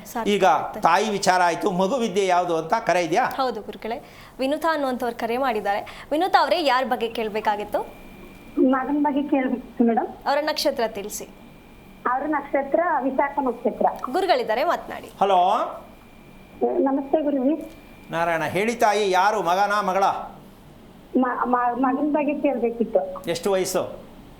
ವಯಸ್ಸು 24. ಏನಾಗಬೇಕಿತ್ತು? ಮಗನ ಬಗ್ಗೆ, ಮಗನದು ಸ್ವಲ್ಪ ವಿಚಾರ ಕೇಳಬೇಕಿತ್ತು. ಅವನು ಕೆಲಸದ ಮತ್ತೆ ಆರೋಗ್ಯದ್ದು. ಮದುವೆ ಇಲ್ಲ, ಮದ್ವೆನ ಆಗಿಲ್ಲ ಗುರು. ಅಲ್ಲಮ್ಮ, ಮದುವೆ ಬೇಡವಾ ಅವನಿಗೆ ಅಂತ? ಮದ್ವೆ ಈ ಸದ್ಯಕ್ಕೆ ಬೇಡ. ಅಯ್ಯೋ, ತಾಯಿಗೆ ಮಗನಿಗೆ ಮದುವೆ ಅಂದ ತಕ್ಷಣ ಹಂಗೆ ಮುಖ ಅರಳ್ಬಿಡುತ್ತೆ. ಮದುವೆ ಅಂದ ತಕ್ಷಣ ಅರಳ್ಬಿಡುತ್ತೆ. ಬಂದ ಮೇಲೆ ಸೊಸೆ ಕೈಲಿ ಲೆಫ್ಟ್ ರೈಟ್ ಮಾಡ್ಕೊಳ್ಳೋದು ಇನ್ನೂ ಗೊತ್ತಿಲ್ಲ. ಓಕೆ, ಸಂತೋಷ. ಅಂದರೆ ಯಾಕೆ ಕೇಳಿದೆ ಮದುವೆ ಅಂತ ಅಂದರೆ ಅಮ್ಮ, ಮದುವೆ ಅಂತಕ್ಕಂಥದ್ದು ವಿಶಾಖ ನಕ್ಷತ್ರಕ್ಕೆ ಇದೆಯಾ ಅಂತ ಫಸ್ಟ್ ತಿಳ್ಕೊಬೇಕು ನೀನು. ವಿಶಾಖ ನಕ್ಷತ್ರದಲ್ಲಿ ಮಗು ಹುಟ್ಟಿದ್ರೆ, ಕೇಳಿಸ್ಕೊತಾಯಿ, ವಿಶಾಖ ನಕ್ಷತ್ರದಲ್ಲಿ ಮಗು ಹುಟ್ಟಿದ್ರೆ ಮದುವೆನ, ಮದುವೆಗಳ ಎಷ್ಟಾದ್ರೆ ಎಷ್ಟು ಮದುವೆಗಳಾಗ್ಬೋದು, ಎಷ್ಟು ಹುಡುಗಿ ಜೊತೆ ಲವ್ ಮಾಡ್ಕೊಂಡು ಓಡಾಡ್ಬೋದು, ಎಷ್ಟು ತಲೆ ಕೆಡಿಸ್ಕೊಂಡ್ರು ನಿದ್ದೆಗೆ ಇಟ್ಕೊಂಡು ಮಲ್ಕೋಬೋದು. ಇದು ನಿನ್ನ ಮಗನ ವಿಚಿತ್ರವಾದ ಗುಣಗಳಿರುತ್ತೆ ವಿಶಾಖ ನಕ್ಷತ್ರದ್ದು. ಈಗ ಯಾವ್ದು ತಿಳ್ಕೊಬೇಕು ನೀನು? ಇದು ತಿಳ್ಕೊಬೇಕಾ, ಯಾವ್ದು ತಿಳ್ಕೊಬೇಕು? ಅಮ್ಮ, ಒಂದು ನಿಮಿಷ ಕೇಳಿಸ್ಕೊಂಡು, ಇನ್ನೂ ಅರ್ಥ ಆಗಲಿಲ್ಲ. ಅವನು ಮಲಕ್ಕೊಳ್ಳೋದು, ನಿದ್ದೆ ಮಾಡೋದು, ಊಟ ಮಾಡೋದು ಚೆನ್ನಾಗಿದೆಯಾ ತಾಯಿ? ಇಲ್ಲ ಗುರುಜಿ. ನೀನು ಏನಮ್ಮ ನೀನು ತಾಯಿ ಅನ್ನಿಸ್ಕೊಂಡಮ್ಮ ಇದನ್ನೇ ಬುದ್ಧಿ ಕಲಿಸ್ತಿಲ್ಲ ಅಂದರೆ ನೀನು ಏನಕ್ಕಮ್ಮ ಓದಿಸ್ತೆ, ಏನಕ್ಕಮ್ಮ 20 ವರ್ಷ ಸಾಕ್ತೆ ಮಗನ್ನ ಹೇಳು, ಸರಿನಾ ಇದು? ಅಲ್ಲ, ಸ್ವಲ್ಪ ಅರ್ಥ ಮಾಡ್ಕೋಬೇಕು. ಪ್ರತಿ ತಾಯಿಯಂದಿರೋ ಓದಿಸ್ಬಿಟ್ಟು ಊಟ ಹಾಕ್ಬಿಟ್ಟು ಫೀಸ್ ಕಟ್ಬಿಟ್ಟು ಸ್ಕೂಲ್ ಕಳಿಸ್ಬಿಡೋದಲ್ಲ. 21 ವರ್ಷ ಮಗನಿಗೆ ನಿದ್ದೆ ಕರೆಕ್ಟಾಗಿ ಟೈಮ್ ಮಾಡ್ತಾ ಇಲ್ಲ, ಇನ್ನು ಬಾತ್ರೂಮ್ ಒಳಗಡೆ ಹೋದರೆ ಎಷ್ಟೊಂದು ಕಷ್ಟಪಡ್ತಾನೇನೋ ವಿಷಯ ತಿಳ್ಕೊಂಡಿಲ್ಲ. ಏನಮ್ಮ ಮಗನ ಆರೋಗ್ಯ ಕೇಳ್ತೀಯ ತಾಯಿ? ಅವನು ಆಲ್ರೆಡಿ ಹುಚ್ಚು ಹಿಡಿದಿರುವ ಮನಸ್ಥಿತಿ ಹೊಟ್ಟೋಗಿದ್ದಾನೆ. ಹುಚ್ಚು, ಅರೆ ಹುಚ್ಚು ಅಂದರೆ ವಿಶಾಖ ನಕ್ಷತ್ರ. ಲೈನೇ ಇಲ್ಲ, ಎಲ್ಲೆಲ್ಲೆಲ್ಲೆಲ್ಲೆಲ್ಲೆಲ್ಲೆ ಹೆಂಗ ಹೋಗಿ ಒಂದ್ ಕಡೆ ಸೇರ್ಕೊಂಡ್ಬಿಡತ್ತೆ. ಚಂಚಲ ಅಲ್ಲಮ್ಮ, ಅರೆ ಹುಚ್ಚು ಅಂತ ಹೇಳದ್ನಲ್ಲ ತಾಯಿ. ಅರ್ಧ ಹುಚ್ಚು ಅಂದ್ರೆ ವಿಶಾಖ ನಕ್ಷತ್ರ. ಈ ಹುಚ್ಚು ಯಾಕೆ ಹಿಡಿಯುತ್ತೆ ಅಂತ ಕೇಳು ನೀನು. ಹುಚ್ಚು ಯಾಕೆ ಬರ್ಬೇಕು ವಿಶಾಖ ನಕ್ಷತ್ರ ಕೇಳ್ಬೇಕಲ್ವಾ? ಅಲ್ಲ, ಕೇಳಿಸ್ತಾ ಚೆನ್ನಾಗಿ? ಈ ನಕ್ಷತ್ರಕ್ಕೆ ಹುಚ್ಚು ಯಾಕೆ ಅಂತ ಕೇಳಿದ್ರೆ ನಿನ್ಗೆ ಅರ್ಥ ಆಗಿದೆ ಅಂತ ಅರ್ಥ. ಇದನ್ನ ಹುಚ್ಚು ಅಂತ ಒಪ್ಕೋಬೋದಾ ಇಲ್ವಾ? ಅಂದ್ರೆ ಗೊತ್ತಿಲ್ಲ. ಅಯ್ಯೋ ಪಾಪ, ಮಗನ್ ಹಂಗೆ ಅನ್ನಕ್ಕಾಗಲ್ಲ. ಮಗನ್ ಹುಚ್ಚು ಅಂತ ಹೇಳಕ್ಕಾಯ್ತದ? ಕೋಪ ಬಂದಾಗ ಹೇಳ್ಬೋದು ನಿನಗೆ ತಲ್ಕಟ್ಟಾಯ್ತಾ ಅಂತ. ಯಾಕೆ ಮಾತು ಹೇಳಿದೆ ಅಂದ್ರಮ್ಮ, ಅವನಿಗೆ ಪಾಪ ತುಂಬಾ ಕಷ್ಟ, ಬೇಜಾರಲ್ಲೇ ಇರ್ತಾನೆ ಯಾವಾಗ್ಲೂ. ನೀನ್ ಹೆಂಗಮ್ಮ ಮಾತಾಡ್ತೀಯ ಅವನ ಹತ್ರ? ಹೌದು ಗುರುಜಿ, ಬೇಜಾರಲ್ಲಿ ಇರ್ತಾನೆ. ಟೆನ್ಷನ್ ಬೇಕಾ ಗುರುಜಿ, ಟೆನ್ಷನ್ ಮಾಡ್ಕೊಳ್ತಾನೆ. ಯಾಕೆ ಅಂತ ಕೇಳಿಲ್ವಾ? ನಿನ್ ಮಗನು ಕೇಳಿಲ್ವಲ್ಲ ಇನ್ನುವರೆಗೂ? ಯಾಕೆ ಹಿಂಗ್ ಮಾಡ್ಕತಿ ಅಂತ ಕೇಳಿದ್ಯಾ? ಏನಕ್ಕಾದ್ರೂ ಚಿಕ್ಕ ವಿಷಯಕ್ಕಾದ್ರೂ ಟೆನ್ಷನ್, ಗಾಬರಿ ಪಡೋದು. ಮತ್ತೆ ಅವಂದೇ ಕಂಪ್ಲೇಂಟ್ ಕೇಳ್ತೀಯ ತಾಯಿ? ನಿಮ್ಮ ಯಜಮಾನ್ ಏನ್ ಕೆಲಸ ಮಾಡೋದು? ಯಜಮಾನ್ರು ಪೊಲೀಸ್ ಡಿಪಾರ್ಟ್ಮೆಂಟ್ ಅಲ್ಲಿ ಎಸ್ ಐ ಆಗಿದ್ದಾರೆ ಸರ್. ಓಕೆ, ಈಗ ನಿಮ್ಮ ಯಜಮಾನ್ರು ಮನೆಗೆ ಬರ್ದು ಟೈಮ್ ಎಷ್ಟು ರಾತ್ರಿ? ಟೈಮ್ ಅವ್ರ ಟೈಮಿಂಗ್ಸ್ ಇಲ್ಲ. ಅಂದಾಜಾಗಿ ಹೇಳಮ್ಮ, ಒಂದು ಮಧ್ಯರಾತ್ರಿ ಆಗ್ಬೋದಾ? ಡೈಲಿ ಬೇರೆ ಬೇರೆ ಟೈಮ್ ಗುರುಜಿ, ಒಂದೇ ಟೈಮ್ ಬರ್ತಾರೆ ಅಂತ ಹೇಳಕ್ಕಾಗಲ್ಲ ಡಿಪಾರ್ಟ್ಮೆಂಟ್. ಸರಿ ಆಯ್ತು ಬಿಡು, ಅದು ಡ್ಯೂಟಿ ಏನು ಮಾಡಕ್ಕಾಗಲ್ಲ. ಓಕೆ, ಈಗ ನೀನು ಊಟ ಮಾಡೋದು ರಾತ್ರಿ ಹೊತ್ತು ಎಷ್ಟೊತ್ತಿಗೆ? ನಾನು ಗುರುಜಿ 9 ಗಂಟೆ ಒಳಗಡೆ. 9 ಗಂಟೆಗೆ ಒಳಗಡೆ ಮಾಡಿ 10:30 ಮಲಕತ್ತೀಯ? 11 ಗಂಟೆಗೆ ಮಲಕತ್ತೀಯ? ಯಜಮಾನ್ರು ಬರ್ಬೇಕಲ್ಲ? ಹೌದು ಗುರುಜಿ, ಅವ್ರು ಬಂದಾಗ ಎದ್ದೇಳ್ತೀನಿ. 10 ಗಂಟೆ 10:30 ಮಲಗ್ತೀನಿ ಗುರುಜಿ. ಬೇಜಾರು ಮಾಡ್ಕೊಬಾರ್ದು, ವಿಷಯ ಹೇಳ್ತೀನಿ. ಈಗ ಅಮ್ಮ, ಯಜಮಾನ್ರು ಸಂಪಾದನೆ ಮಾಡಕ್ಕೆ ಡ್ಯೂಟಿಗೆ ಹೋಗ್ಲೇಬೇಕು. ಪಾಪ ಡಿಪಾರ್ಟ್ಮೆಂಟ್ ಅಲ್ಲಿ ಎಷ್ಟೊತ್ತು ಕಳಿಸ್ತಾರೋ, ಏನ್ ಸಮಸ್ಯೆ ಬರುತ್ತೋ ಹೇಳಕ್ ಬರಲ್ಲ. ಅದು ತಪ್ಪು ಅಂತ ಯಾರು ಹೇಳಕ್ಕಾಗಲ್ಲ, ಯಾವನು ಕೇಳಕ್ಕಾಗಲ್ಲ. ಈಗ ಇಲ್ಲಿ ಒಂದು ಪ್ರಶ್ನೆ ಬರುತ್ತೆ, ಬೇಜಾರಾಗುತ್ತೆ ಕೆಲವ್ರಿಗೆ, ಅರ್ಥ ಆಗದೆ ಇರೋರಿಗೆ. ರಾತ್ರಿ ನಿದ್ದೆಗೆಡ್ತಕ್ಕಂಥದ್ದು ಕೆಲಸಕ್ಕೋಸ್ಕರ, ಸಂಪಾದನೆ ಮಾಡೋಕ್ಕೋಸ್ಕರ ಗಂಡಸು ಹೋಗಿ ನಿದ್ದೆಗೆಡೋದು ಓಕೆ. ಆದರೆ ಅವರು ಒಳ್ಳೆಯ ಮಗುವಿಗೆ ಸಂತಾನ ಕೊಡಕ್ಕೆ ಅವರಿಗೆ ಯಾವುದೇ ಕಾರಣಕ್ಕೂ ಅಧಿಕಾರ ಇರಲ್ಲ. ಒಳ್ಳೆ ಮಗುವನ್ನ ಪಡೀಲಿಕ್ಕೆ ಯಾರು ನಿದ್ದೆಗೆಡ್ತಾರೆ, ಟೈಮ್ ಸರಿ ಊಟ ಯಾರು ಮಾಡಲ್ವೋ, ಇವರಿಗೆ ಮಗು ಸಂತಾನ ನಿಜಕ್ಕೂ ಬೇಡ. ನಂಬರ್ 1, ಅಭಾಷಣ ಆಗತ್ತೆ, ಅವಾಗವಾಗ ಅಭಾಷಣ ಆಗತ್ತೆ. ಮಗು ತಡವಾಗಿ ಹುಟ್ಟತ್ತೆ, ಹುಟ್ಟಿದ್ರು ತಂತಿಯಾಗಿ ಅಳ್ಳಾಡ್ತಾ ಇರ್ತದೆ, ಉಸಿರಾಟ ಚೆನ್ನಾಗಿಲ್ಲ, ಸರಿಯಾಗಿ ನೆಟ್ಟು ಕುತ್ಕೊಳ್ಳಲ್ಲ. ಏನಕ್ರೀ ಬೇಕು ಕರ್ಮದ ಮಗು? ಎಂಥದ್ದೋ ಒಂದು ಮಗು ಬೇಕಾಗಿಲ್ವಲ್ಲ? ಆರೋಗ್ಯದಾಯಕವಾದ ಮಗು ಬೇಕಲ್ಲ? ಅಲ್ಲಿಲ್ವಲ್ಲ. ಯಾಕೆ ಅಂದ್ರೆ ಯಾರು ಜನ್ಮ ಕೊಟ್ಟ ತಂದೆ ಸಮಯ ಪ್ರಜ್ಞೆ ಇಲ್ಲದಂಥವ್ರು ದಯವಿಟ್ಟು ಸಂತಾನವನ್ನ ಮಾಡ್ಕೋಬಾರ್ದು. ನಾನೇನು ಹೇಳ್ತೀನಿ ಅಂದರೆ, ಪುಟ್ಪದ್ರ ಕಳ್ಯಾಕಂಬರನ್ನ ಬಿಡ್ರಿ, ಟೈಮಿಗೆ ಸರಿ ಮನೆಗೆ ಹೋಗೋಣ, 6 ಗಂಟೆಗೆ ಮನೇಲಿರಿ, ಚುರುಮುರಿ ಮಾರಿ, ನಿದ್ದೆಗೆ ಇಟ್ಕೊಂಡು ಸಂಪಾದನೆ ಮಾಡಿ. ಯಾರು ಬೇಕಾಗಿದೆ ದುಡ್ಡು? ಇದು ರಿಯಲ್ ಫ್ಯಾಕ್ಟ್. ಒಳ್ಳೆ ಮಗು ಬೇಕು ಅಂದರೆ ಮನುಷ್ಯ ಸ್ಥಿರವಾಗಿ ನಿಂತ್ಕೋಬೇಕು. ನಾನು ಸಂಪಾದನೆ ಮಾಡೋದು ಮುಖ್ಯ ಅಲ್ಲ, ನನ್ನ ಹೆಂಡತಿ ಮಕ್ಕಳಿಗಲ್ಲದೆ ಸಂಪಾದನೆ ನಂಗೆ ಬೇಡ. ಈ ಚಾಲೆಂಜ್ ಯಾವ ಗಂಡಸ್ ತಗೋತಾನೆ ಅವನಿಗೆ ಮಗು ಬೇಕು. ಹೆಂಗೋ ಬದುಕ್ತೀನಿ, ಹೆಂಗೋ ಬದುಕ್ತೀನಿ, ಇಂಥವ್ರಿಗೆ ಮಕ್ಕಳು ಬೇಡ, ಹೆಂಡತಿ ಬೇಡ, ಸಂಸಾರ ಬೇಡ ಅಂತ ನಾನು ಹೇಳೋಕ್ಕಾಗಲ್ಲ. ಅವ್ರವ್ರ ವೈಯಕ್ತಿಕ. ಈಗ ಮಕ್ಕಳ ಬಗ್ಗೆ ಏನೂ ಕೇಳಬಾರ್ದು. ಕೆಮ್ಮು ಯಾಕೆ, ಕರೆಕ್ಟಾಗಿ ಯಾಕೆ ಮೋಷನ್ಗೆ ಹೋಗಲ್ಲ, ಕರೆಕ್ಟಾಗಿ ಯೂರಿನ್ ಪಾಸ್ ಯಾಕೆ ಮಾಡಲ್ಲ, ನಾವು ಹೇಳಿದ ಮಾತು ಯಾಕೆ ಕೇಳಲ್ಲ, ಬರಲ್ಲ ಹೇಳಲ್ಲ, ಅಲ್ಲಿ ಬರ್ತಾ ಇಲ್ಲ ಅದು ಹೋಗಲ್ಲ, ಅದು ಬರದೇ ಇರೋದಕ್ಕೆ ಮಗು ಹುಚ್ಚುಚ್ಚಾಡ್ದಂಗೆ ಆಡ್ತದೆ ಅಂತ ಇವ್ರಿಗೆ ಗೊತ್ತಿಲ್ಲ. ಅಮ್ಮ ಅರ್ಥ ಆಯ್ತಾ? 1, 2 ಚೆನ್ನಾಗಿಲ್ಲ, ಗೊತ್ತಾಯ್ತಾ? 1, 2 ಚೆನ್ನಾಗಿಲ್ಲ, ಗೊತ್ತಾಯ್ತಾ? ಈಗ ಅವ್ನ ಕತೆ ಏನು? ಆರೋಗ್ಯ ಎಕ್ಕುಟ್ಟೋಗಿದೆ, ಕೆಲಸ ಏನು ಸಿಕ್ಕಿದ್ರು ಪ್ರಯೋಜನ ಇಲ್ಲ, ಒಂದ್ ಕಡೆ ಇರಲ್ಲ, ಅಲ್ಲಿ ಇಲ್ಲಿ ಅಲಿತಾನೆ. ಮದುವೆ ಮಾಡಿದ್ರೆ ಮದುವೆಗಳು ಮಾಡ್ಕೊಂಡು ಬಿಟ್ಬಿಡ್ತಾನೆ, ಒಂದೊಂದಲ್ಲ ಮದುವೆ ಆಗ್ತಾನೇ ಇರ್ತವೆ.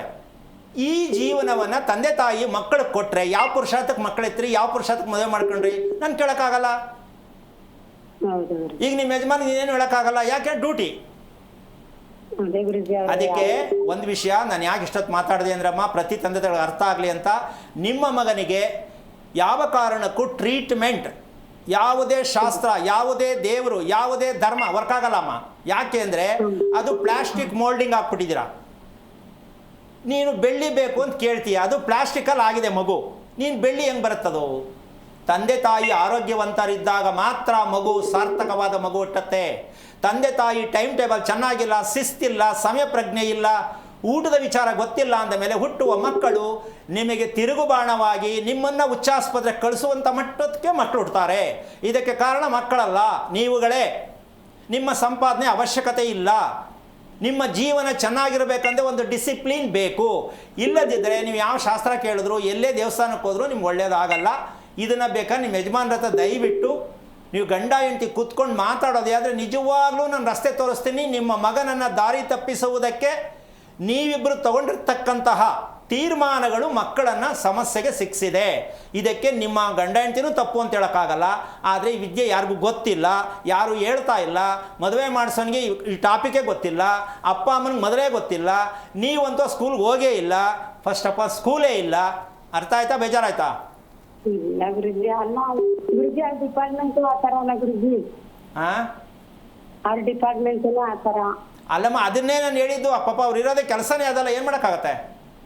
ಹೌದು ಗುರುಜಿ. ಅದಕ್ಕೋಸ್ಕರವಾಗಿ ಈಗ ನಾವೇನು ರಿಪೇರಿ ಮಾಡೋಕ್ಕಾಗಲ್ಲ. ನಾವು ಯಾವುದು ಪರಿಹಾರ ಗಿರಿಹಾರ ಹೇಳ್ತಕ್ಕಂಥ ಜ್ಯೋತಿಷ್ಯ ಕಾರ್ಯಕ್ರಮ ಅಲ್ಲ. ಪರಿಹಾರ ಯಾವ ಕಾರಣಕ್ಕೂ ಇಲ್ಲ, ಅದು ಸುಳ್ಳು. ದಯವಿಟ್ಟು ಎಲ್ಲೂ ನಾವು ಬೇಡ. ಕರೆಕ್ಟ್ ತಿಳ್ಕೊಳ್ಳೋದಾರೆ ನಿಮ್ಮ ಯಜಮಾನಿಗೆ ಒಂದು ರಜಾ ಹಾಕ್ಸಿ, ನೀವು ಗಂಡ ಹೆಂಡತಿ ತಿಳ್ಕೊಳ್ಳೋಕ್ಕಾದ್ರೆ ನಾನು ಬೇಕಾದ್ರೆ ಹೇಳ್ಕೊಡ್ತೀನಿ. ಕೆಲಸದ ವಿಚಾರ ಬಿಟ್ಟು ನೀವು ಮುಂದೆ ಏನು ಮಾಡಬಹುದು, ತಪ್ಪು ಏನಾಗಿದೆ, ಆ ಮಗು ಏನು ಅನುಭವಿಸ್ತಾ ಇದೆ ತಿಳ್ಕೊಬೇಕು ಅಂದರೆ ಪ್ರಯತ್ನ ಮಾಡ್ತಾ ಒಳ್ಳೆಯದಾಗಲಿ. ಧನ್ಯವಾದಗಳು ಕರೆ ಮಾಡಿದ್ದಕ್ಕೆ. ಮತ್ತೊಬ್ಬ ಕಾಲರ್ ವೇಟ್ ಮಾಡ್ತಿದ್ದಾರೆ, ಮಂಜು ಕುಲಕರ್ಣಿ ಅಂತ ಹೇಳಿ. ಮಂಜು ಕುಲಕರ್ಣಿ ಅವರೇ, ಯಾರ ಬಗ್ಗೆ ಕೇಳಬೇಕಾಗಿತ್ತು? ನನ್ನ ಧ್ವನಿ ಕೇಳಿಸ್ತಾ ಇದೆಯಾ? ಮಂಜು ಕುಲಕರ್ಣಿ ಅವರೇ, ನನ್ನ ಧ್ವನಿ ಕೇಳಿಸ್ತಾ ಇದೆಯಾ? ಗುರುಗಳೇ, ಕರೆ ಕಟ್ಟಾಗಿದೆ. ನಾವು ಇಷ್ಟು ತನಕ ಮಾತಾಡ್ತಾ ಇದ್ವಿ ತಾಯಿಯ ಶ್ರೇಷ್ಠ ವಿದ್ಯೆಯ ಬಗ್ಗೆ, ತಾವು ತಿಳಿಸ್ಕೊಡ್ತಾ ಇದ್ರಿ. ಹಾಗೆ ಮಗುವಿನ ಬಗ್ಗೆ ಕೂಡ ತಾಯಿಗೆ ಒಂದಿಷ್ಟು ಕನಸಿರುತ್ತೆ, ಆ ವಿದ್ಯೆ ಕಲಿಸ್ಬೇಕು, ಈ ವಿದ್ಯೆ ಕಲಿಸ್ಬೇಕು ಅಂಥೇಳಿ. ಅದೆಲ್ಲದನ್ನು ಹೊರತುಪಡಿಸಿ ಶ್ರೇಷ್ಠವಾದ ವಿದ್ಯೆ ಅಂತಿದ್ರೆ ಯಾವುದು ಗುರುಗಳೇ? ಈಗ ಇದಕ್ಕೊಂದು ಸಣ್ಣ ಉದಾಹರಣೆ ಕೊಡ್ತೀನಿ. ಏನು, ಸ್ಕೂಲ್ನಲ್ಲಿ, ಕಾಲೇಜ್ನಲ್ಲಿ ಎಲ್ಲರೂ ತೊಗೊಂಡೋಗಿ ಅಡ್ಮಿಷನ್ ಮಾಡ್ತಾರೆ. ಹೌದು. ಹೌದಾ? ಹೌದು. ಒಂದೇ ಕ್ಲಾಸಲ್ಲಿ ಕೂತ್ಕೊಂಡು ಹೆಚ್ಚು ಕಮ್ಮಿ ಒಂದು 40 ಹುಡುಗರು ಇರ್ತಾರೆ ಒಂದು ಕ್ಲಾಸಲ್ಲಿ. ಇರ್ತಾರಲ್ಲ, ಇರ್ತಾರೆ. ಪಾಠ ಮಾಡ್ತಕ್ಕಂಥದ್ದು ಒಬ್ಬ ಮಾಸ್ಟರ್ 40 ಹುಡುಗರು ಮಾಡ್ತಾರಲ್ವಾ? ಹೌದು. ಒಂದು ಹುಡುಗ ಮಾತ್ರ ರ್ಯಾಂಕ್ ಯಾಕೆ ಬರ್ತಾನೆ, ಮಿಕ್ಕವರೆಲ್ಲ ಯಾಕೆ ಜಸ್ಟ್ ಪಾಸ್ ಆಗ್ತಾರೆ? ಕಾರಣ ಏನು? ಇದು ಯೋಚನೆ ಮಾಡಬೇಕಲ್ಲ. ಹೌದು ಗುರುಗಳೇ, ಮಾಡಬೇಕು. ಸ್ಕೂಲಲ್ಲಿ ಪಾಠ ಮಾಡೋದು ಮಾಸ್ಟ್ರು ಲೆಕ್ಚರು ಒಬ್ಬರೇ. 40 ಜನಕ್ಕೆ ಒಂದೇ ರೀತಿ ಪಾಠ ಮಾಡಿರ್ತಾರೆ. ಇದರಲ್ಲಿ ಮಾತ್ರ ಒಬ್ಬನೋ ಒಬ್ಬಳೋ ಮಾತ್ರ ರ್ಯಾಂಕು, ಇನ್ನು ಮಿಕ್ಕವರೆಲ್ಲ ಸಪ್ಪೆ ಮಾರಿ ಹಾಕೊಂಡು ಪಾಸ್ ಆದ್ರೆ ಆಯಿತು, ಇಲ್ಲ ಜೇಬೊಳಕ್ಕೆ ಬಟ್ಟೆ ಒಳಗೆ ಕಡೆ ಬುಕ್ನ ತುರಿಕೊಂಡು ತಲೆ ಮೇಲೆ ಬಟ್ಟೆ ಹಾಕೊಂಡು ಹೋಗ್ಬೋದು, ಇಲ್ಲ ಆತ್ಮಹತ್ಯೆ ಮಾಡ್ಕೋಬೋದು. ಯಾಕೆ ಈ ಪ್ರಶ್ನೆ? ಎಲ್ಲ ಮಕ್ಕಳು ಯಾಕೆ ರ್ಯಾಂಕ್ ಬರ್ತಾ ಇಲ್ಲ? ಎಲ್ಲ ಮಕ್ಕಳು ಯಾಕೆ ವಿದ್ಯೆ ಹತ್ತುತ್ತಾ ಇಲ್ಲ? ಈ ಪ್ರಶ್ನೆಗೆ ಉತ್ತರ ಭಾರತ ದೇಶದಲ್ಲಿ ಇಲ್ಲಿವರೆಗೂ ಯಾರು ಹೇಳೋಕ್ಕಾಗಿದೆಯಾ? ಒಬ್ಬ ಹೇಳ್ತಾನೆ ಹರಳಾಕ್ಸಿ ಬೆರಳಿಗೆ, ಇನ್ನೊಬ್ಬ ಹೇಳ್ತಾನೆ ಮಂತ್ರ ಹೇಳ್ಸ್ಕೊಡಿ, ಇನ್ನೊಬ್ಬ ಹೇಳ್ತಾನೆ ಕತ್ಕಾಕ್ಸಿ, ಇನ್ನೊಬ್ಬ ಹೇಳ್ತಾನೆ ನಕ್ಷತ್ರ ಶಾಂತಿ ಮಾಡಿಸಿ. ಏನು ತಿಪ್ಪುರಲಾಗ ಹಾಕ್ಕೊಂಡ್ರು ಮಗು ಬದಲಾವಣೆ ಆಗತ್ತಾ? ಯಾಕೆ ಅಂದರೆ ಶಾಸ್ತ್ರ ಹೇಳೋರಿಗೆ ಮಗುವಿನ ವಿಚಾರದಲ್ಲಿ, ಹೆಣ್ಣಾಗ್ಲಿ ಗಂಡಾಗ್ಲಿ, ಮಗುವಿನ ವಿಚಾರದಲ್ಲಿ ನಿಜವಾದ ಶಾಸ್ತ್ರ ಹೇಳೋರಾದ್ರೆ ಮಗುವಿನ ಮೆದುಳಿನ ಬಗ್ಗೆ ಮಾಹಿತಿ ಕೊಡಬೇಕು. ಯಾವ್ದ್ರ ಬಗ್ಗೆ? ಮೆದುಳಿನ ಬಗ್ಗೆ ಮಾಹಿತಿ ಕೊಡಬೇಕು. ಯಾರು ಹುಟ್ಟಿದಾರೆ ನಮ್ಮ ಪ್ರಪಂಚದಲ್ಲಿ? ಇಲ್ಲ ಗುರುಗಳೇ. ಬನ್ನಿ ನಾವು ಚಾಲೆಂಜ್ ಮಾಡಿ ತೋರಿಸ್ಕೊಡ್ತೀವಿ. ಮೆದುಳು ಯಾವ ಪರ್ಸೆಂಟೇಜಲ್ಲಿದೆ, ಏನಾಗ್ತಾ ಇದೆ. ನಾನ್ ಡಾಕ್ಟರ್ ಅಲ್ಲ, ಚಾಲೆಂಜ್ ಮಾಡಿ ಹೇಳ್ಕೊಡ್ತೀನಿ. ಮಗು ತುಂಬ ಆಕ್ಟಿವ್ ಆಗಿರಬೇಕು ಅಂತ ಪ್ರತಿಯಪ್ಪ ಅಮ್ಮನ ಹೆಸರು, ಹೌದಾ? ಆಸೆ ಇರುತ್ತೆ. ಎಷ್ಟು ಮಕ್ಕಳು ಆಕ್ಟಿವ್ ಆಗಿದ್ದಾರೆ? ಇಲ್ಲ ಗುರುಗಳೇ. ಇದಕ್ಕೆ ಕಾರಣ ಏನು? ಮೆದುಳಿನಲ್ಲಿ ಇರತಕ್ಕಂತಹ ರಹಸ್ಯವನ್ನ ತಿಳಿಯದೇ ಇರುವ ಕಾರಣ. ಯಾರು ತಿಳಿಬೇಕಿತ್ತು? ಶಾಸ್ತ್ರ ಹೇಳೋ ಘನಪಂಡಿತರುಗಳು ಹೇಳಬೇಕು. ಅವ್ರು ಹೇಳೋದು ಫಾರಿನ್ಗೆ ಹೋಯ್ತಾನೆ ನಿನ್ನ ಮಗ, ಡಾರ್ಜಿಲಿಂಗ್ ಹೋಯ್ತಾನೆ, ಅಮೆರಿಕಕ್ಕೆ ಹೋಯ್ತಾನೆ, ಗಜಕೇಸರಿ ಯೋಗ ಬರುತ್ತೆ, ಇವ್ನು ಹುಟ್ಟಿದ ಮೇಲೆ ನಿಮಗೆಲ್ಲ ತುಂಬ ಚೆನ್ನಾಗಾಗತ್ತೆ. ಬರೀ ಸುಳ್ಳು ಹೇಳ್ಕೊಂಡೇ ನಮ್ಮ ದೇಶದಲ್ಲಿ ಬಂದಿದೆ, ಹೌದಾ? ಹೌದು. ಇದಕ್ಕೆ ಇವತ್ತು ಒಂದು ವಿಶೇಷವಾದ ವಿಚಾರವನ್ನು ಹೇಳಕ್ಕೆ ಇಷ್ಟಪಡ್ತೀನಿ. ದಯವಿಟ್ಟು ಪ್ರತಿಯೊಬ್ಬರು ಕೇಳಿಸ್ಕೊಳ್ಳಿ. ಇದು ತುಂಬ ಆಶ್ಚರ್ಯಕವಾದ ವಿಚಾರ. ಕಾರಣ ಏನಂದರೆ, ಗ್ರಹಗಳು ಮನುಷ್ಯನಿಗೆ ತುಂಬ ತೊಂದರೆ ಕೊಡುತ್ತೆ ಅಂತ ಹೇಳ್ತಾ ಇರತಕ್ಕಂತಹ ಅವೈಜ್ಞಾನಿಕವಾದ ವಿಚಾರ ಪಕ್ಕಾ ಸುಳ್ಳು. ಗ್ರಹಗಳಿಂದ ಮನುಷ್ಯನ ಮೇಲೆ ಆಟ ಆಡಿಸುತ್ತೆ. ಇದು ತುಂಬ ಈ ಪದ ಬಳಸೋಕ್ಕಾಗಲ್ಲ ಅಂಥ ಪದ ಹೇಳಬೇಕಾಗತ್ತೆ. ಇದು ಅಪ್ಪಟ ಸುಳ್ಳಿನ ಮೂರ್ಖತನದ ವಿದ್ಯೆ. ಗ್ರಹಗಳು ಮನುಷ್ಯನ ಮೇಲೆ ಪರಿಣಾಮ ಬೀರುತ್ತೆ, ಸುಳ್ಳು, ಸಾಧ್ಯ ಇಲ್ಲ. ಯಾಕೆ ಅಂತ ಹೇಳ್ಬಿಡ್ತೀನಿ ಉದಾಹರಣೆ. ಸೂರ್ಯ ಅಂತಕ್ಕಂಥದ್ದು ಮೀರಿ ಇನ್ನು ಕೆಳಗಡೆ ಇರೋ ಗ್ರಹಗಳು, ಅವರೇ ಪ್ರೆಸಿಡೆಂಟು. ಈಗ ಕಾಮನ್ ಬಿಲ್ಲು ಬಂದಿದೆ, ನೋಡಿದ್ಯಾನಮ್ಮ? ಬರುತ್ತಲ್ಲ, ನೋಡಿದ್ಯಲ್ಲ? ಅದರ ಕಲರ್ ಎಷ್ಟಿರುತ್ತೆ? 7 ಕಲರ್. 7 ಕಲರ್ ಇರುತ್ತೆ. ಈ 7 ಜನ ಗ್ರಹಗಳು ಸೂರ್ಯನ ಒಳಗಡೆ ಇದ್ದಾರೆ. ಈಗ ಇವರು ರಾಹು, ಕೇತು, ಕುಜ ಅಂತ ಕುತ್ಕೊಂಡು ಲೆಕ್ಕ ಕೇಳ್ತಾ ಅಂತ ಬುದ್ಧಿವಂತರು ನಮ್ಮ ದೇಶದಲ್ಲಿ ಹುಟ್ಟಿರೋದು. ಇವರೇ ಜ್ಯೋತಿಷಿಗಳು. ಏನು ಹೇಳ್ಬೇಕು ಹೇಳಮ್ಮ? ಪ್ರಪಂಚದ ಇತಿಹಾಸದಲ್ಲಿ ಯಾರು ಇದಕ್ಕೆ ಪ್ರಶ್ನೆ ಉತ್ತರ ಕೊಡೋದಿದ್ರೆ ದಯವಿಟ್ಟು ತಿಳಿಸಿ. 7 ಗ್ರಹಗಳಿರೋ ಸೂರ್ಯನ ಒಳಗಡೆ ಇರಬೇಕಾದ್ರೆ ಇವರು ಕುಜ, ರಾಹು ಹಿಡ್ಕೊಂಡು ಕೂತಿದ್ದಾರಲ್ಲ, ಪ್ರಪಂಚದಲ್ಲಿ ಎಷ್ಟು ಮಟ್ಟಿಗೆ ವಿದ್ಯೆಯಲ್ಲಿ ಪರಿಣಿತರು ಹೊಂದಿದ್ದಾರೆ ಇವರು ಅಂತ ಸ್ವಲ್ಪ ಯೋಚನೆ ಮಾಡಬೇಕು. ಯಾವುದನ್ನು ನಂಬೇಕು ನಾವು? ನಂಬೋದಕ್ಕೆ ಸಾಧ್ಯ ಏನಿದೆ? ನಾನು ಬರೆದಿದ್ದಲ್ಲ ಇದು. ಕಾಮನ ಬಿಲ್ಲಿನಲ್ಲಿ 7 ಬಣ್ಣ ಇದೆ, ವಾರದಲ್ಲಿ 7 ದಿನ ಇದೆ, ನಮ್ಮ ದೇಶದ ಪವಿತ್ರವಾದ ನದಿಗಳು 7 ಇದೆ, ಹೌದಲ್ಲ? ಎಷ್ಟು ಬೇಕು ನಿಮಗೆ? ಮಾತಾಡ್ತೀನಿ. ನಿಮ್ಮ ಹತ್ರ ಒಂದು ಟಿಪ್ಸ್ ಕೊಡಿ ಸಾಕು. ಸೂರ್ಯನಲ್ಲಿ 7 ಗ್ರಹಗಳು ಅಡಕವಾಗಿದ್ದಾರೆ ಅನ್ನೋದಕ್ಕೆ ಒಂದು ಟಿಪ್ಸ್ ಕೊಡಿ ಸಾಕು. ಇದು ಸುಳ್ಳು ಅಂತ ಹೇಳೋದಾದ್ರೆ, ಇಲ್ಲ ನಾನು ಇದು ಸುಳ್ಳು ಅಂತ ಹೇಳ್ತೀನಿ. 7 ಗ್ರಹಗಳು ಸೂರ್ಯನಲ್ಲಿ ಸೇರಿದ್ದಾರೆ, ಆಯ್ತಾ? ಇನ್ನಿಬ್ಬರಿದ್ದಾರೆ ನೋಡಮ್ಮ, ಇಬ್ರು ರಾಹುಕೇತು. ಇವರಮ್ಮ ಮನುಷ್ಯನಿಗೆ ಹೇಳ್ಕೊಡ್ತಕ್ಕಂಥದ್ದು. ರ್ಯಾಂಕ್ ಸ್ಟೂಡೆಂಟ್ ಯಾಕೆ ಎಲ್ಲರೂ ಆಗಲ್ಲ ಅಂದರೆ ಈ ರಾಹುಕೇತುಗಳೇ ಮೂಲ ಕಾರಣ. ಇವರು ಹೊರಗಿದ್ದಾರೆ, ಸೂರ್ಯನಿಗೂ ಇವ್ರಿಗೂ ಸಂಬಂಧ ಇಲ್ಲ. ಇವರು ಎಲ್ಲಿದ್ದಾರೆ? ನಿಮ್ಮ ವಾಸದ ಮನೆಯಲ್ಲಿದ್ದಾರೆ, ನಿಮ್ಮ ದೇಹದಲ್ಲಿದ್ದಾರೆ, ನಿಮ್ಮ ದಿನಚರಿಯಲ್ಲಿದ್ದಾರೆ, ನಿಮ್ಮ ಅಭ್ಯಾಸಗಳಲ್ಲಿದ್ದಾರೆ. ಯಾರು? ರಾಹುಕೇತು. ಇವರನ್ನ 9 ಜನನು ನೀವು ವಿಮರ್ಶೆ ಮಾಡಿ ಕುತ್ಕೊಂಡು ಹಿಂಗೆ ಎಷ್ಟು 1000 ವರ್ಷದಿಂದ ಕುತ್ಕೊಂಡು ಗ್ರಹಗಳು ನಮ್ಮನ್ನು ಆಟ ಆಡಿಸುತ್ತೆ ಅಂತ ಹೇಳ್ಕೊಂಡೇ ನಾವು ಬಂದಿದ್ದೀವಲ್ಲ. ಕುಕ್ಕೆ ಲಾವು ಮಾಡ್ಕೊಂಡು ಬಿಡ್ತೀನಿ ಅಲ್ಲಿ ಆವಿಲ್ಲ.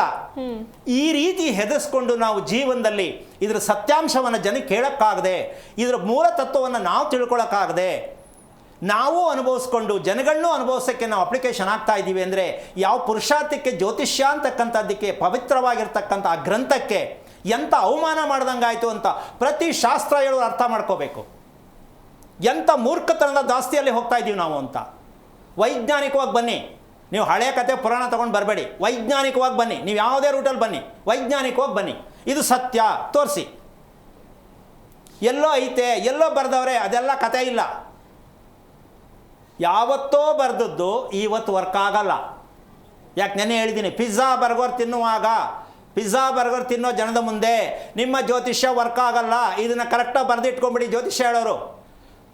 ರಾಗಿ ಮುದ್ದೆ ತಿನ್ನುವಾಗ, ದಿನ ಸ್ನಾನ ಮಾಡದೇ ಇದ್ದಾಗ, ದೇವಸ್ಥಾನಕ್ಕೆ ಹೋಗದೇ ಇದ್ದಾಗ, ಮಂತ್ರ ಹೇಳೋಕ್ಕಾಗದೇ ಇದ್ದಾಗ, ತಾರಸಿ ಮನೆ ಕಟ್ಟದೇ ಇದ್ದಾಗ ಇದು ವರ್ಕ್ ಆಗ್ತಿತ್ತು. ಈಗ ಪಿಜ್ಜಾ ಬರ್ಗರ್ ಇಲ್ಲಿ ವರ್ಕ್ ಆಗಲ್ಲ. ನಾಯಿ ಮನೆ ಒಳಗಡೆ ಇದ್ರ ಜೊತೆಗೆ ಪಿಜ್ಜಾ ಬರ್ಗರು ನಾಯಿ, ಇದು ಬಿಟ್ಟು ನಾವು ಬದುಕ್ತಾ ಇಲ್ಲ. ಅಂದಮೇಲೆ ನಿಮಗೆ ಶಾಸ್ತ್ರ, ಸಂಪ್ರದಾಯ, ಧರ್ಮ, ಪಂಚಾಂಗ ಎಲ್ಲವೂ ನಮೋ ನಮಃ. ನಾವು ಇಲ್ಲಿದ್ದನ್ನು ಎಳ್ಕೊಬಂದು ತೋರಿಸ್ತಾ ಇದ್ದೀವಿ ಜನಕ್ಕೆ ಅಂದರೆ ಜನದ ಕತೆ ಏನಾಗಬೇಕು ಪ್ರತಿಯೊಬ್ಬರು ಯೋಚನೆ ಮಾಡಿ. ಇದನ್ನು ಯಾಕೆ ವಿಚಾರವನ್ನು ಮುಂದೆ ಇಡ್ತಾ ಇದ್ದೀನಿ ಅಂದರೆ ವೈಜ್ಞಾನಿಕವಾಗಿ ಇದರಲ್ಲಿ ಸತ್ಯ ಎಷ್ಟರ ಮಟ್ಟಿಗಿದೆ, ಬೇಕಾದಷ್ಟು ನಿದರ್ಶನಗಳಿದೆ. ಯಾಕೆ ಅಂದರೆ ನಾವು ಒಂದನ್ನು ಯಾವುದೋ ನಾವು ಕಲ್ತಿದ್ದೀವಿ, ನಾವು ಅಧ್ಯಯನ ಮಾಡಿದ್ದೀವಿ, ನಾವು ಅದರಲ್ಲಿ ಓದಿದ್ದೀವಿ, ನಾವು ಪಂಡಿತರಾಗಿದ್ದೀವಿ, ಇದೆಲ್ಲ ವರ್ಕ್ ಆಗಲ್ಲ. ಪ್ರಕೃತಿಗೆ ಅನುಸಾರವಾಗಿ ಹೇಳ್ತಕ್ಕಂಥವನೇ ನಿಜವಾದ ಜ್ಯೋತಿಷಿ. ಪ್ರಕೃತಿಯನ್ನು ಬಿಟ್ಟು ಹೇಳ್ತಕ್ಕಂತಹ ಜ್ಯೋತಿಷಿ ಯಾವ ಕಾರಣಕ್ಕೂ ಸುಳ್ಳು, ಅಪ್ರಯೋಜಕ, ಅಜ್ಞಾನತ್ವದಿಂದ ಕೂಡಿರ್ತಕ್ಕಂಥ ವಿದ್ಯೆ ಆಗತ್ತದು. ಜ್ಞಾನಾರ್ಜನೆ ಬೇಕಾಗಿರ್ತಕ್ಕಂಥದ್ದು ಶಾಸ್ತ್ರ ಹೇಳೋರಿಗೆ. ಜ್ಞಾನ ಇರ್ತಕ್ಕಂಥವ್ರು ಶಾಸ್ತ್ರ ಹೇಳಕ್ಕೆ ಬರೋದೇ ಇಲ್ಲ. ಕಾರಣ ಅದನ್ನು ಹೇಳೋಕ್ಕಾಗೋದೇ ಇಲ್ಲ, ಜನ ಅದನ್ನು ಮಾಡೋಕ್ಕಾಗೋದೇ ಇಲ್ಲ. ಹಾಗಂತ ಬಿಟ್ಬಿಡ್ಬೇಕಾ? ಇಲ್ಲ, ಅದನ್ನು ರೂಪಿಸಿ ತೋರಿಸ್ಬೇಕು. ಇದೇ ನಮ್ಮ ಪೂರ್ಣವಾಗಿರ್ತಕ್ಕಂಥ ಹಕ್ಕು. ಜನಗಳನ್ನು ಪರಿವರ್ತನೆ ಮಾಡಬೇಕು. ನಮ್ಮ ಹತ್ರ ಏನಕ್ಕೆ ಬರ್ತಾರೆ? ಗೊತ್ತಿಲ್ಲದೆ ಇರುವುದನ್ನು ತಿಳಿಯುವುದಕ್ಕೆ ಬರ್ತಾರೆ, ಅಲ್ವೇನಮ್ಮ? ಗೊತ್ತಿಲ್ಲದೆ ಇರುವುದೇ ಜ್ಯೋತಿಷ್ಯ. ನೀವು ಅದೇ ಹೇಳ್ತಿದ್ದೀರಾ, ಯಾವಾಗ ಕೇಳಿ ಅವ್ನು ಚೆನ್ನಾಗಿಲ್ಲ, ಇವ್ರು ಚೆನ್ನಾಗಿಲ್ಲ, ಆಗ ಬರ್ತಾರೆ, ನವಂಬರ್ಗೆ ಬರ್ತಾರೆ, ಡಿಸೆಂಬರ್ ಬರ್ತಾರೆ, 2028ಕ್ಕೆ ಬರ್ತಾರೆ, ಇನ್ನು ಕತೆ ಹೇಳ್ಕೊಂಡೇ ಬಂದ್ಬಿಟ್ರಿ. ಇದಕ್ಕೆ ಯಾವುದೂ ಆಧಾರ ಇಲ್ಲ. ಪ್ರಪಂಚದಲ್ಲಿ ನಡೀತಕ್ಕಂಥ ಆಗುವಗಳಿಗೆ ನಿಮ್ಗೆ ಆಧಾರ ಇಲ್ಲ, ಯಾವ್ದು ಹೇಳಿದ್ರು ಸಕ್ಸಸ್ ಆಗಿಲ್ಲ, ಸತ್ಯ ಅಂತೂ ಆಗೇ ಇಲ್ಲ. ಮತ್ತು ಯಾಕೆ ಕೇಳಬೇಕು ಇದನ್ನು? ಏನಕ್ಕೆ ಕೇಳಬೇಕು ಜನ? ಪ್ರತಿಯೊಬ್ಬರು ಅರ್ಥ ಮಾಡ್ಕೊಳ್ಳಿ. ಒಬ್ಬ ಕಾಲರ್ ವೇಟ್ ಮಾಡ್ತಿದ್ದಾರೆ, ಪೂಜಾ ಅಂತ ಹೇಳಿ. ಪೂಜಾ ಅವರೇ, ಯಾರ ಬಗ್ಗೆ ಕೇಳಬೇಕಾಗಿತ್ತು? ನಮಸ್ತೆ ಮೇಡಮ್, ನಾನು ನನ್ನ ಮಗಳ ಬಗ್ಗೆ ಕೇಳ್ಬೇಕಾಗಿತ್ತು. ಅವರ ನಕ್ಷತ್ರ ತಿಳಿಸಿ. ಅವ್ರ ನಕ್ಷತ್ರ ಉತ್ತರ ಪಾಲ್ಗುಣಿ, ಪ್ರಿಯಾ ದೇವಿ ಅವಳ ಹೆಸರು. ಗುರುಗಳಿದ್ದಾರೆ, ಮಾತನಾಡಿ. ಹಲೋ, ನಮಸ್ತೆ ಮೇಡಮ್. ನಾರಾಯಣ, ಮಗಳಮ್ಮ? ಮಗಳು. ನೀನೇನು ಓದಿದ್ದಿ ತಾಯಿ? ಸರ್, ನಾನು ನರ್ಸಿಂಗ್ ಮಾಡಿದ್ದೀನಿ. Very good. ಮಗಳಿಗೆ ಎಷ್ಟು ವಯಸ್ಸು? ಅವಳಿಗೆ 3ನೇ ವರ್ಷ ಮುಗಿತಾ ಬಂತು. ಇನ್ನೊಂದು 2-3 ದಿವಸದಲ್ಲಿ ಬರ್ಡೇ ಇದೆ. 4ನೇ ವರ್ಷ ರನ್ನಿಂಗು. ಒಬ್ಬಳೆ ಮಗಳ? ಒಬ್ಳೆ ಮಗಳು, ಹೆಣ್ಣು ಹುಡುಗಿ. ಓಕೆ, ಏನು ಬೇಕಿತ್ತಪ್ಪ? ಅವಳು ತುಂಬಾ ಹಠ ಮಾಡೋದು, ಕಿರಿಕಿರಿ ಮಾಡೋದು, ಒಂಥರ ಏನೇ ಮಾತಾಡ್ಸಿದ್ರು ಒಂಥರ ವಿರುದ್ಧ ಮಾಡೋದು, ಈ ತರ ಹಠ ಬಾಳ. ಆಮೇಲೆ ಮಾತಾಡ್ಸಿದ ತಕ್ಷಣ ಗೋಡೆಗೆ ಹೋಗಿ ಒಂಥರ ಹೊಡ್ಕೊಳೋದು, ಡಿಸಿ ಹೊಡೆಯೋದು, ಈ ತರ. ನಿಂಗೆ ಆಶ್ಚರ್ಯ ಆಗಲ್ಲಮ್ಮ, 4 ವರ್ಷ ಗೋಡೆ ಕೂತ್ಕೊಳ್ಳುತ್ತೆ ಅಂದ್ರೆ ಮುಂದೆ 14 ಆದ್ರೆ ಕತೆ ಏನು? ಹೇಳಿ. ಅಲ್ಲಮ್ಮ, ನಿನಗೆ ಬೇಜಾರಾಗಲ್ಲ? 4 ವರ್ಷಕ್ಕೆ ಗೋಡೆ ಕೂತ್ಕೋತಾವಳೆ ಅಂದ್ರೆ 14 ವರ್ಷ ಆದಾಗ ಏನು ಕತೆ ಅಂತ ಅರ್ಥ, ಬೇಜಾರಾಗಲ್ವಾ ಅಂದೆ? ಅಂದ್ರೆ ಮುಂಚೆ ಇಷ್ಟು ಬಾಳ ಇತ್ತು ಸರ್, ಇವಾಗ ಸ್ವಲ್ಪ ಸುಧಾರಣೆ ಆಗ್ತಾ ಇದೆ. ಅಷ್ಟು ಇಲ್ಲ ಸರ್. ಅಂದ್ರೆ ಅವಳು ವಿರುದ್ಧವಾಗಿ ಏನಾರ ಆಯ್ತು ಅಂದ್ರೆ ನಾವು ಇಷ್ಟ ಆಗ್ಲೇ ಇಲ್ದೇ ಇರೋ ತರ ನಡ್ಕೊಂಡಾಗ ಮಾತ್ರ ಹಂಗ್ ಮಾಡ್ತಾಳೆ. ಮಿಕ್ಕಿ ಟೈಮಲ್ಲಿ ಅಷ್ಟೊಂದಿಲ್ಲ. ಮುಂಚೆ ತುಂಬಾ ಇತ್ತು, ಮಾತಾಡ್ಸಿದ್ರು, ಯಾರನ್ನ ನೋಡಿದ್ರು, ಏನೇ ಒಂದ್ ನಾವು ಕೈಯಲ್ಲಿ ರಿಯಾಕ್ಷನ್ ಮಾಡಿದ್ರು ಅವಳಿಗೆ ಸಿಟ್ಟು, ಒಂಥರ ಹೋಗಿ ಗೋಡೆಗೆ ಗುದ್ಕೊಂಡ್ಬಿಡೋದು. ಈಗ ನಿನ್ಗೊಂದು ಸ್ಮಾಲ್ ಟೆಸ್ಟಿಂಗ್ ಹೇಳ್ತೀನಿ. ಸರ್. ಮಗು ಜೊತೆ ಯಾವಾಗ ಆಟ ಆಡಿದ್ಯಾ ನೀನು ಅಮ್ಮ? ಆಟ ಆಡ್ತೀನಿ ಸರ್. ಅವಳು ಬಿಟ್ರೆ ನಂಗೆ ಬೇರೆ ಪ್ರಪಂಚ ಎಲ್ಲ ಅವಳ ಜೊತೆಗೆ ಇರೋದು. Very fine. ಒಂದು ಕೆಲಸ ಹೇಳ್ತೀನಿ. ಒಂದು ಬಾಲ್ ಇದೆಯಲ್ಲ, ಬಾಲು. ಬಾಲ್ ಅಂದ್ರೆ ಅವ್ನ ಫೇವ್ರೇಟ್. ಒಂದು ನಿಮಿಷ, ಆ ಬಾಲ್ ತಗೊಂಡು ನೀನು ಸುಮ್ಮನೆ ಬಿಸಾಕು, ಓಡೋಗ ಎತ್ಕೊಂಬಪ್ಪ ಅಂತ ಕಳಿಸು. ಆ ಬಾಲ್ ಸ್ಪೀಡಾಗಿ ಹೋಗ್ಲಿ, ಮಗು ಓಡ್ಬಿಟ್ಟು ಎತ್ಕೊಂಬ ಅಂತ ಹೇಳು. ಆ ಬಾಲ್ ಎತ್ಕೊಂಡು ಆ ಕಡೆಯಿಂದ ಬರಬೇಕಾದ್ರೆ ಬಂದು ನಿನ್ನ ಹತ್ರಕ್ಕೆ ಬಂದಮೇಲೆ ಆ ಉಸಿರಾಟದ ಸ್ಪೀಡ್ ಗಮನಿಸೋ ಗೊತ್ತಾಗತ್ತೆ ನಿನಗೆ. ತುಂಬ ಎದುರಿಸಿರು ಬಿಡ್ತಾಳೆ. ಹೌದು. ಇದನ್ನು ಗಮನಿಸ್ಬೇಕು ತಾಯಿ. ಉಸಿರಾಟನೇ ಮಗುಗೆ ಚೆನ್ನಾಗಿಲ್ಲ ಅಂತಂದರೆ ಇದು ನಿನ್ನ ಫ್ಯಾಕ್ಟ್ರಿಯಿಂದ ಬಂದಿರೋದು. ನಿನ್ನ ಫ್ಯಾಕ್ಟ್ರಿಲೂ ಇದೇ ಪ್ರಾಬ್ಲಮ್ ಇದೆ, ಆದರೆ ನಿನಗೆ ಗೊತ್ತಿಲ್ಲ. ಮದುವೆ ಮಾಡ್ಕೊಂಬಿಟ್ಟೆ, ಮಕ್ಕಳು ಮಾಡ್ಕೊಂಬಿಟ್ಟೆ ಅಷ್ಟೇ. ನಿನ್ನ ಫ್ಯಾಕ್ಟ್ರಿಲಿರೋದೇ ಇಲ್ಲಿ ಬಂದಿರೋದು. ಹೌದು. ಅರ್ಥ ಆಯ್ತಾ? ಸರ್. ಈಗ ಸಿಟ್ಟು ಬರುತ್ತೆ, ಕೋಪ ಬರುತ್ತೆ ಅಂದರೆ ಇನ್ನೇನಕ್ಕೆ ಮಾಡುತ್ತೆ? ಉಸಿರಿನ ಕ್ರಮ ಯಾವ ಕಾರಣಕ್ಕೂ ಯಾವುದೇ ತಂದೆ ತಾಯಿಗೆ ಇವತ್ತು ನಾನು ಹೇಳಿರ್ತಕ್ಕಂಥ ವಿದ್ಯೆ ಇದೆ. ಪ್ರತಿ ಜೀವನದಲ್ಲಿ ಯಾವುದೇ ತಂದೆ ತಾಯಿ ಮಕ್ಕಳ ಉಸಿರಿನ ಕ್ರಮವನ್ನು ಹೇಳಿಕೊಡಬೇಕು ಅಂತ ಯಾವ ತಂದೆ ತಾಯಿ ಗೊತ್ತಿದೆಯಾ ಪ್ರಪಂಚದ ಇತಿಹಾಸದಲ್ಲಿ? ಸ್ವಲ್ಪ ಯೋಚನೆ ಮಾಡಿ. ಇಂಟರ್ನ್ಯಾಷನಲ್ ಕಾನ್ವೆಂಟ್ಗೆ ಸೇರಿಸ್ತೀರಾ, ಎಂತೆಂಥದ್ದೋ ಬಟ್ಟೆ ಕೊಡಿಸ್ಬಿಡ್ತೀರಾ. ಮಗುವಿನ ಉಸಿರಾಟದ ಬಗ್ಗೆ ಅರಿವಿದೆಯಾ? ನೀವು ತಂದೆ ತಾಯಿಯಾದ ನಿಮಗೆ ಅರಿವಿದೆಯಾ? ಅಂದಮೇಲೆ ಮಕ್ಕಳನ್ನ ಹೆಂಗ್ರಿ ಬೆಳೆಸ್ತೀರಾ ನೀವು? ಯಾವ ಮಟ್ಟಕ್ಕೆ ಮಕ್ಕಳು ಚೆನ್ನಾಗಿರ್ತಾರೆ? ಉಗ್ರವಾದಿಗಳಾಗೇ ಹುಟ್ಟುತ್ತಾರೆ. ಅಂದರೆ ನೀವೇನಾಗಿದ್ದೀರಿ ಅಂತ ನಾನು ಹೇಳಲ್ಲ, ನೀವೇ ಯೋಚನೆ ಮಾಡ್ಕೊಳ್ಳಿ. ಮಕ್ಕಳು ಉಗ್ರವಾದಿಗಳಾಗಿದ್ದಾರೆ ಅಂದರೆ ನೀವೇನಾಗಿದ್ದೀರಾ? Ditto xerox. ಇದೇ ಜೀವನ, ಇದೇ ಒಂದು ಬದುಕು, ಇದಕ್ಕೊಂದು ಜೀವನ. ಯಾತಕ್ಕೆ ಬೇಕಿದು? ಆಮೇಲೆ ಹೋಗಿ ಶಾಸ್ತ್ರ ಕೇಳೋದು, ಇನ್ನೊಂದು ತಲೆ ಕೆಚ್ಕೊಳ್ಳೋದು. ಅದು ಮಗು ಇಲ್ಲಿ ಕೆಚ್ಕೊಂಡ್ರೆ ಅಪ್ಪ ಅಮ್ಮ ಶಾಸ್ತ್ರ ಕೇಳೋದ್ರೆ ಅವ್ರು ತಲೆ ಕೆಚ್ಕೋತಾರೆ. ಏನೋ ಕೇಳಕ್ಕೆ ಬಂದೋ, ಇವರೇನೋ ಹೇಳಿದ್ರಲ್ಲ, ಅವ್ರಿಗದು ಗೊತ್ತಿಲ್ವಲ್ಲ. ಈಗ ನಿಂಗೆ ಅರ್ಥ ಆಯ್ತಾನಮ್ಮ? ಮಕ್ಕಳ ಉಸಿರಾಟದ ಕ್ರಮವನ್ನು ಅನುಸರಿಸಿ ಹೇಳುವಂತಹ ನಿಜವಾದ ಜ್ಯೋತಿಷ ಶಾಸ್ತ್ರ ಅಂತ ಭಾರತ ದೇಶದಲ್ಲಿ ಇದೇ ಹೇಳುತ್ತಿರುವ ಏಕೈಕ ವಿಚಾರ. ಇಡೀ ಭಾರತದಲ್ಲಿ ಯಾರಾದರೂ ಇದರ ಬಗ್ಗೆ ಗಮನ ಇಟ್ಟು ಹೇಳಿದ್ದೀನಿ, ತೋರಿಸಿದ್ದೀನಿ, ಜಾತಕ ಬರ್ತೀನಿ ಇದ್ದಿದ್ದರೆ ದಯವಿಟ್ಟು ಬನ್ನಿ. ನಿಮ್ಗೊಂದು ಕ್ಯಾಮ್ರಾ ಹಾಕಿ ಪಕ್ಕದಲ್ಲಿ ಕೂರಿಸಿ ಸನ್ಮಾನ ಮಾಡ್ತೀನಿ. ಈ ವಿದ್ಯೆಯನ್ನು ಗೊತ್ತಿದೆ, ನಾನು ಜನಗಳಿಗೆ ಹೇಳಿದ್ದೀನಿ, ಮಕ್ಕಳನ್ನ ರಿಪೇರಿ ಮಾಡಿದ್ದೀನಿ ಹೇಳೋದಿದ್ದರೆ, ಜೊತೆಗೆ ಗಂಡ ಹೆಂಡತಿ ರಿಪೇರಿ ಮಾಡಿದ್ದೀನಿ, ಓಡೋಗರನ್ನ ಸರಿ ಮಾಡಿದ್ದೀನಿ, ಲವ್ ಮಾಡೋದು ಹೆಂಗೆ ಅಂತ ಹೇಳ್ಕೊಡೋಕ್ಕೆ ಇದೇ ಬೇಕಾಗಿರೋದು. ಯಾವುದು? Purely love.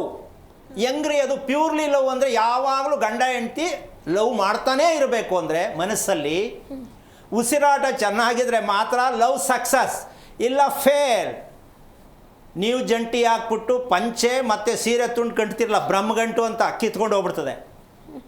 ಅವರು ಸ್ಟೈಲಾಗಿ ಸೆಕೆಂಡ್ ಕೊಟ್ಕೊಂಡು ಹಾರ ಹಾಕೊಂಡು ಮದುವೆ ಮಾಡ್ಕೊಳ್ತಿಲ್ಲ, ಅದು ಕಿತ್ಕೊಂಡು ಹೋಗ್ಬಿಡುತ್ತೆ. ಕಾರಣ ಉಸಿರಾಟದ ಕ್ರಮ ಯಾವ ಕಾರಣಕ್ಕೂ ಇಲ್ಲ ಅಂದರೆ ನಮಗೆ ಗೊತ್ತಿಲ್ಲ. ಇದು ಮಕ್ಕಳ ಮೇಲೆ ನಾವು ಆಗ್ತಾ ಇರ್ತಕ್ಕಂಥ ದೊಡ್ಡ ಒತ್ತಡ. ಆ ಮಕ್ಕಳಿಂದ ನಾವು ಒತ್ತಡಕ್ಕೆ ಒಳಗಾಗ್ತಾ ಇದ್ದೀವಿ. ಇದರಿಂದ ನಾವು ಹುಚ್ಚು ರಕ್ತ ಯಾವುದು ಅಂದರೆ BP. ರಕ್ತ ಯಾವುದು? ಹುಚ್ಚು ರಕ್ತ. ಹುಚ್ಚು ರಕ್ತ ಇದೆಯಾ? 100% ಇರುತ್ತೆ. ಮಾತೆತ್ರ ಕೋಪ ಬೇಜಾರು ಬರೋದು ಒತ್ತಡನೇ. ಇನ್ನು ನಿಮ್ಮ ಹೃದಯದ ಕತೆ ಏನಾಗಬೇಕು, ಇನ್ನು ನೀವು ಎಷ್ಟರ ಮಟ್ಟಕ್ಕೆ ಬದುಕಬೇಕು? 150 ವರ್ಷ, ಕೊನೆ ಪಕ್ಷ 115 ವರ್ಷ ಬದುಕಲೇಬೇಕಮ್ಮ ಮನುಷ್ಯ. ಎಷ್ಟು? 115 ವರ್ಷ ಮನುಷ್ಯ ಬದುಕಲೇಬೇಕು. ಇದಕ್ಕೆ ಸತ್ಯ ಇದೆ, ಇದಕ್ಕೆ ಪೂರ್ಣಾರ್ಥ ಇದೆ ತಿಳ್ಕೊಂಡ್ರೆ. ಈಗ 15 ವರ್ಷ ಗ್ಯಾರಂಟಿ ಇಲ್ಲ. ಈ ಮಟ್ಟಕ್ಕೆ ನಾವು ಹೋಗಿದ್ದೀವಿ ಅಂದರೆ ಸ್ವಲ್ಪ ಯೋಚನೆ ಮಾಡಿ. ನಮ್ಮ ಎಜುಕೇಷನ್ ಅನ್ನೋದು ಮಕ್ಕಳಿಗೆ ನಾವು ಕೊಡ್ತಾ ಇರೋದು ಎಷ್ಟು ಮಟ್ಟಕ್ಕೆ ಸರಿ? ಎಜುಕೇಷನ್ ತಪ್ಪಲ್ಲ, ನಾವು ಕೊಡುತ್ತಿರೋ ಎಜುಕೇಷನ್ ತಪ್ಪಲ್ಲ. ಏನಮ್ಮ? ಹೌದು. ವೈನ್ ಸ್ಟೋರ್ನ ಹೋಗ್ಬಿಟ್ಟು ಬಾಗಿಲು ಹಾಕುವಂತ ನಾವು ಹೇಳೋಕ್ಕಾಗಲ್ಲ. ನಾವು ಅಲ್ಲಿಗೆ ಹೋಗ್ಬಾರ್ದು. ನೀನು ಆ ಬಾಗಿಲು ತೆಗ್ದೀಯ ಅಂದರೆ ತಪ್ಪಲ್ವಾ ಇದು? ಹಾಗೆ ವಿದ್ಯೆ ಓಕೆ, ಬಟ್ ನೀವು ಎಷ್ಟು ಮಟ್ಟಿಗೆ ತಿಳ್ಕೊಂಡಿದ್ದೀರಾ? ಮಕ್ಕಳಿಗೆ ಎಷ್ಟು ಚೆನ್ನಾಗಿ ಕೊಡಿಸ್ತಾ ಇದ್ದೀರಾ? ಅಮ್ಮ ನಿನ್ಗೆ ಅರ್ಥ ಆಯ್ತಾ, ಬೇಜಾರಾಯ್ತಾ? ಇಲ್ಲ ಸರ್, ನೀವು ಹೇಳ್ತಾರೆ ಸತ್ಯ ಇದೆ. ಅಲ್ಲ, ನಾನು ಇನ್ನೊಂದು ಪ್ರಶ್ನೆ ಕೇಳ್ಬಿಡ್ತೀನಿ. ಇನ್ನೊಂದು ಪ್ರಶ್ನೆ ಕೇಳ್ತೀನಿ ಅಮ್ಮ ನಿನಗೆ. ಪ್ರಪಂಚದಲ್ಲಿ ಶಾಸ್ತ್ರ ಹೇಳ್ತಕ್ಕಂಥ ವಿಚಾರದಲ್ಲಿ ಬಂದರೆ ಈ ಟಾಪಿಕ್ ಬರುತ್ತೆ ನಮ್ಮ ಶಾಸ್ತ್ರದವ್ರ ಹತ್ರ? ಇಲ್ಲ ಇಲ್ಲ. ಮತ್ತು ಅದನ್ನೇ ಕೇಳಕ್ಕೆ ಹೋಗ್ತೀವಲ್ವಾ, ಅದನ್ನೇ ಕೇಳ್ಬಿಟ್ಟು ಮದುವೆ ಮಾಡ್ತೀವಲ್ವಾ? ಎಷ್ಟು ಮಟ್ಟಿಗೆ ಸರಿ ನಾವು? ಸರ್, ಗಂಡು ಹೆಣ್ಣಿನ ಉಸಿರಾಟ ಚೆನ್ನಾಗಿಲ್ಲ ಅಂದರೆ ಲವ್ ಹೆಂಗಮ್ಮ ಇರುತ್ತೆ? ಹೌದು. ಇನ್ನು ಇವರು ಲಗ್ನ ಕಟ್ಟಿಬಿಟ್ಟು ಇವರಿಬ್ಬರಿಗೂ ಮದುವೆ ಮಾಡಿ 106 ವರ್ಷ ಬಾಳಿ ಬದುಕ್ತಾರೆ ಅಂತ ಹೇಳ್ತಾರಲ್ಲ, ಬರೀ ಸುಳ್ಳಲ್ವಾ ಇದು? ಅದು ನಿಜ ಸರ್. ಏನು ಮಾಡೋದು ಯೋಚನೆ ಮಾಡಮ್ಮ. ಇಂತಹ ಸುಳ್ಳು ಪ್ರಪಂಚದಲ್ಲಿ ನಾವು ಬದುಕ್ತಾ ಇದ್ದೀವಿ.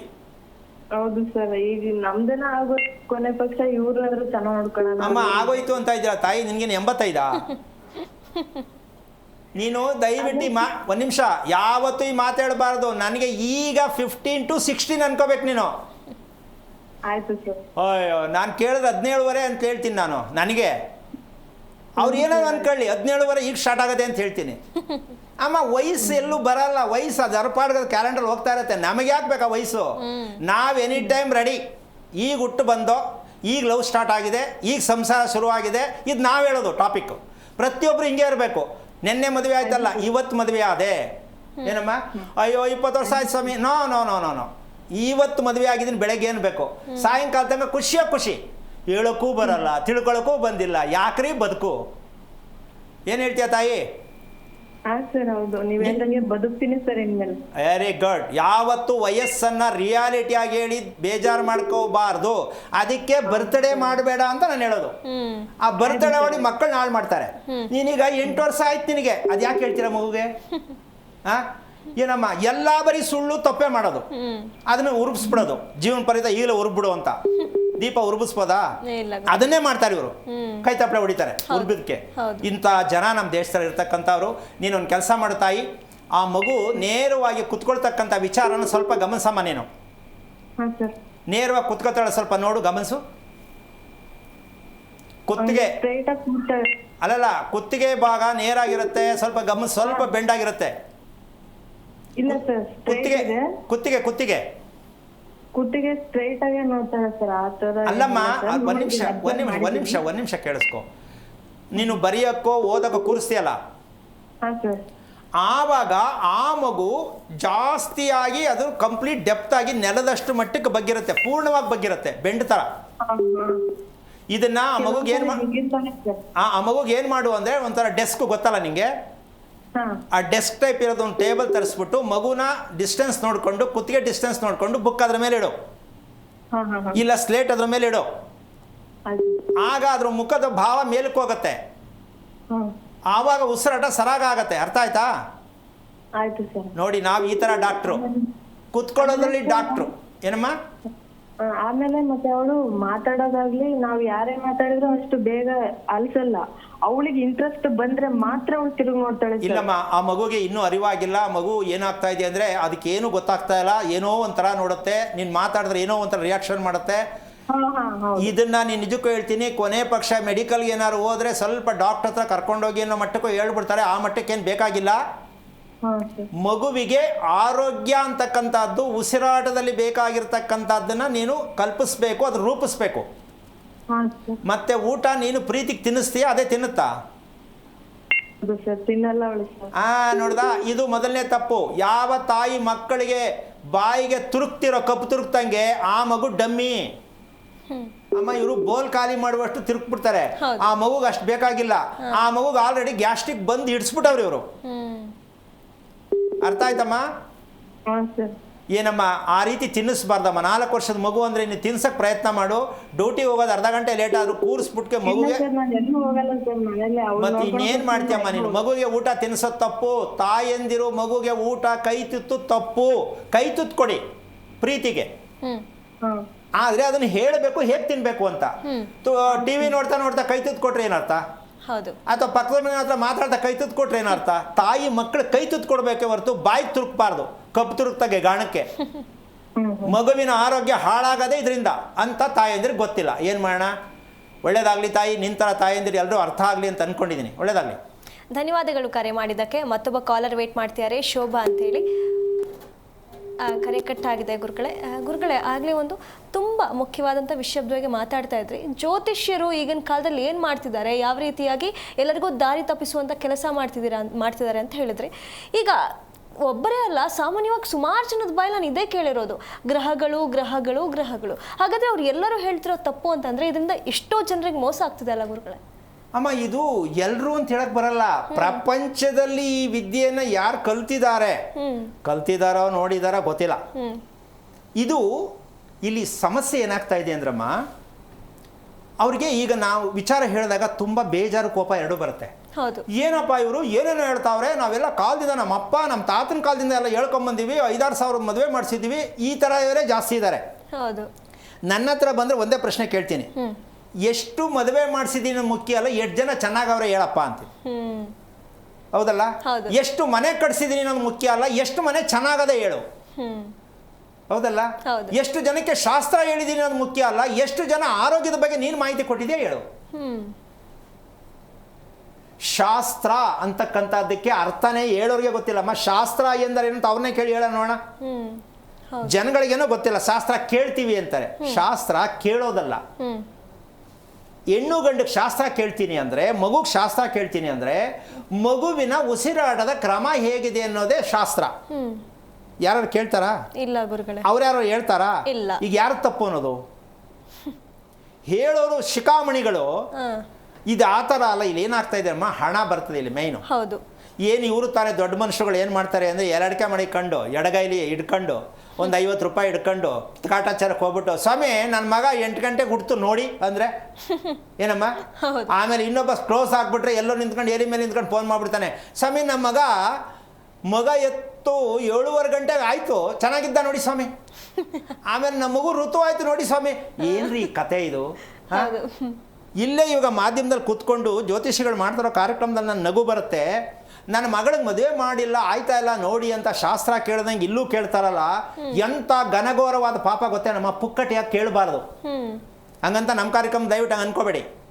ಪುಕ್ಕಟೆಯಾಗಿ ಮಗು ಮದುವೆ ಯಾಕೆ ಆಯ್ತಾ ಇಲ್ಲ ಅಂತ ಕೇಳಿದ್ರೆ ಇನ್ನೂ ಕರ್ಮ ಜಾಸ್ತಿ ಆಗತ್ತೆ. ಇದನ್ನು ಪ್ರತಿಯೊಬ್ಬರು ತಿಳ್ಕೋಬೇಕು.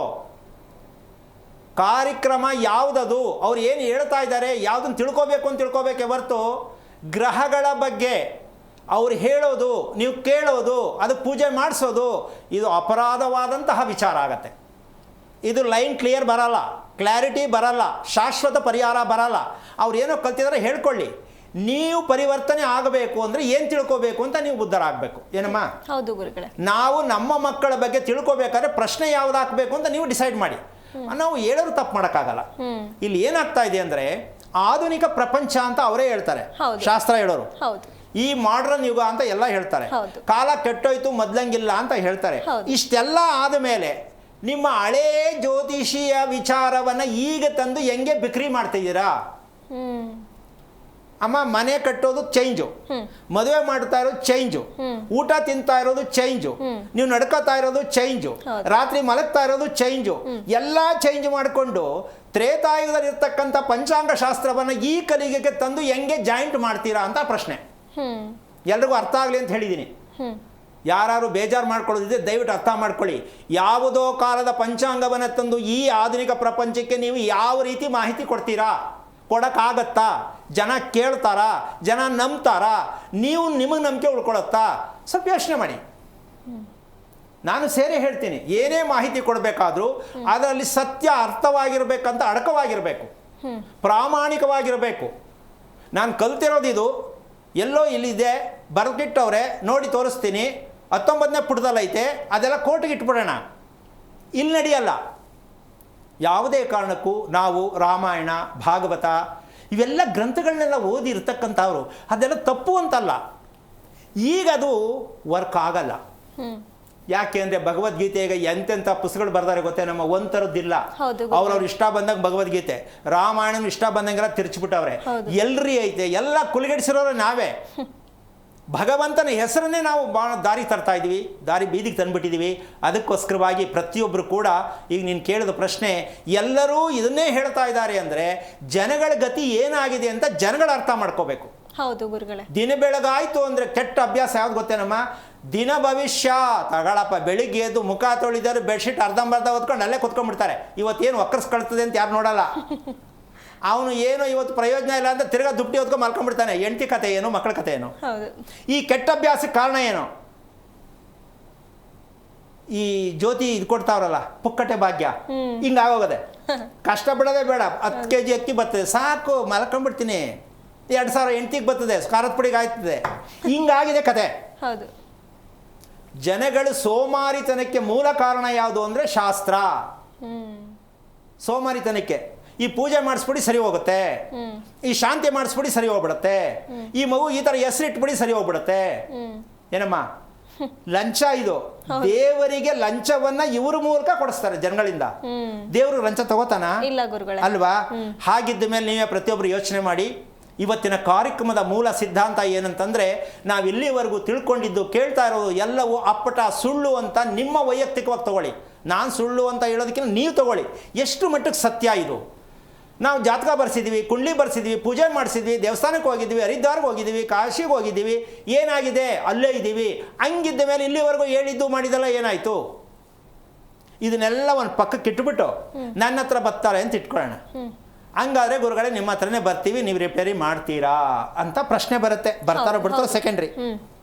ಆದರೆ ಸಾವಿರಾರು ಕಿಲೋಮೀಟ್ರ್ ರಾಂಗ್ ರೂಟಲ್ಲಿ ಹೋಗ್ಬಿಟ್ಟು ಏನಮ್ಮ ಅಲ್ಲಿ ಹೋಗ್ಬಿಟ್ಟು ಸ್ವಾಮಿ ನಮ್ಗೆ ಸಿಗ್ತಾ ಇರೋ ಊರು ಸಿಗ್ತಾ ಇಲ್ಲ ನೋಡಿ ಅಂತ ಕೇಳಿದ್ರೆ ಹಿಂದಕ್ಕೆ ಬರಬೇಕಾ ಮುಂದಕ್ಕೆ ಹೋಗ್ಬೇಕಾ? ಹಿಂದಕ್ಕೆ ಬರಬೇಕು ಗುರುಗಳೇ. ಹಿಂದಕ್ಕೆ ಬರೋಕ್ಕೆ ಸಾವಿರಾರು ಕಿಲೋಮೀಟರ್ ಎಷ್ಟು ವರ್ಷಗಳಾಯ್ತದೆ. ಹಾಗೆ ನಮ್ಮ ಹತ್ರ ಬಂದರೆ ನಿಮ್ಮ ತಪ್ಪು ಎಲ್ಲಿದೆ ಅಂತ ತೋರಿಸಿ, ನೀವು ಎಷ್ಟು ಕ್ರಾಸ್ ಗಲ್ಲಿ ಬಿದ್ದಿದ್ದೀರಾ, ಎಲ್ಲೆಲ್ಲಿ ನುಗ್ಗೋಗಿದ್ದೀರಾ ಅದೆಲ್ಲ ಕಂಡಿಡಿದು ನಿಮ್ಮನ್ನು ಸರಿಪಡಿಸಿ ಅರ್ಥ ಮಾಡಿಸಿ ಹಿಂದಕ್ಕೆ ಬರೋಕ್ಕೆ ಪ್ರಯತ್ನ ಮಾಡಿಸ್ತಕ್ಕಂಥದ್ದಕ್ಕೆ ಎಷ್ಟು ಸಮಯ ಬೇಕಾಗತ್ತೆ, ನಾನು ನಿಮ್ಮ ಹತ್ರ ಎಷ್ಟು ದುಡ್ಡು ತಗೋಬೇಕಾಗತ್ತೆ. ಯಾಕೆ ಹಿಂಗಂತ ಇದ್ದೀನಿ ಹೇಳಿ? ದುಡ್ಡು ಬರೇ ದುಡ್ಡಲ್ಲ, ಆರೋಗ್ಯದಾಯಕವಾದ ದುಡ್ಡು. ಬರೇ ದುಡ್ಡು ತಗೊಂಡ್ರೆ ಕಚ್ಚಿಬಿಡುತ್ತೆ ಅದು ಕರೆಂಟು. ಇದು ನಮ್ಮ ಹತ್ರ ಇರ್ತಕ್ಕಂಥ ವಿಧಾನ. ಕಾಯಬೇಕು, ತಾಳ್ಮೆ ಬೇಕು, ವರ್ಷಗಟ್ಟಲೆ ಇರಬೇಕು. ಅಂದರೆ ನಮ್ಮ ಹತ್ರ ಇರಬೇಕು ಅಂತಲ್ಲ, ಹೇಳಿದನ್ನು ಮಾಡ್ತಾ ಹೋಗಬೇಕು, ಚೇಂಜ್ ಆಗ್ತಾ ಹೋಗುತ್ತೆ. ಇದು ನಮ್ಮ ಕಾನ್ಸೆಪ್ಟ್, ಅಂದರೆ ನಂದಲ್ಲ, ಇದು ಧರ್ಮದಲ್ಲಿರ್ತಕ್ಕಂಥ ರಹಸ್ಯ.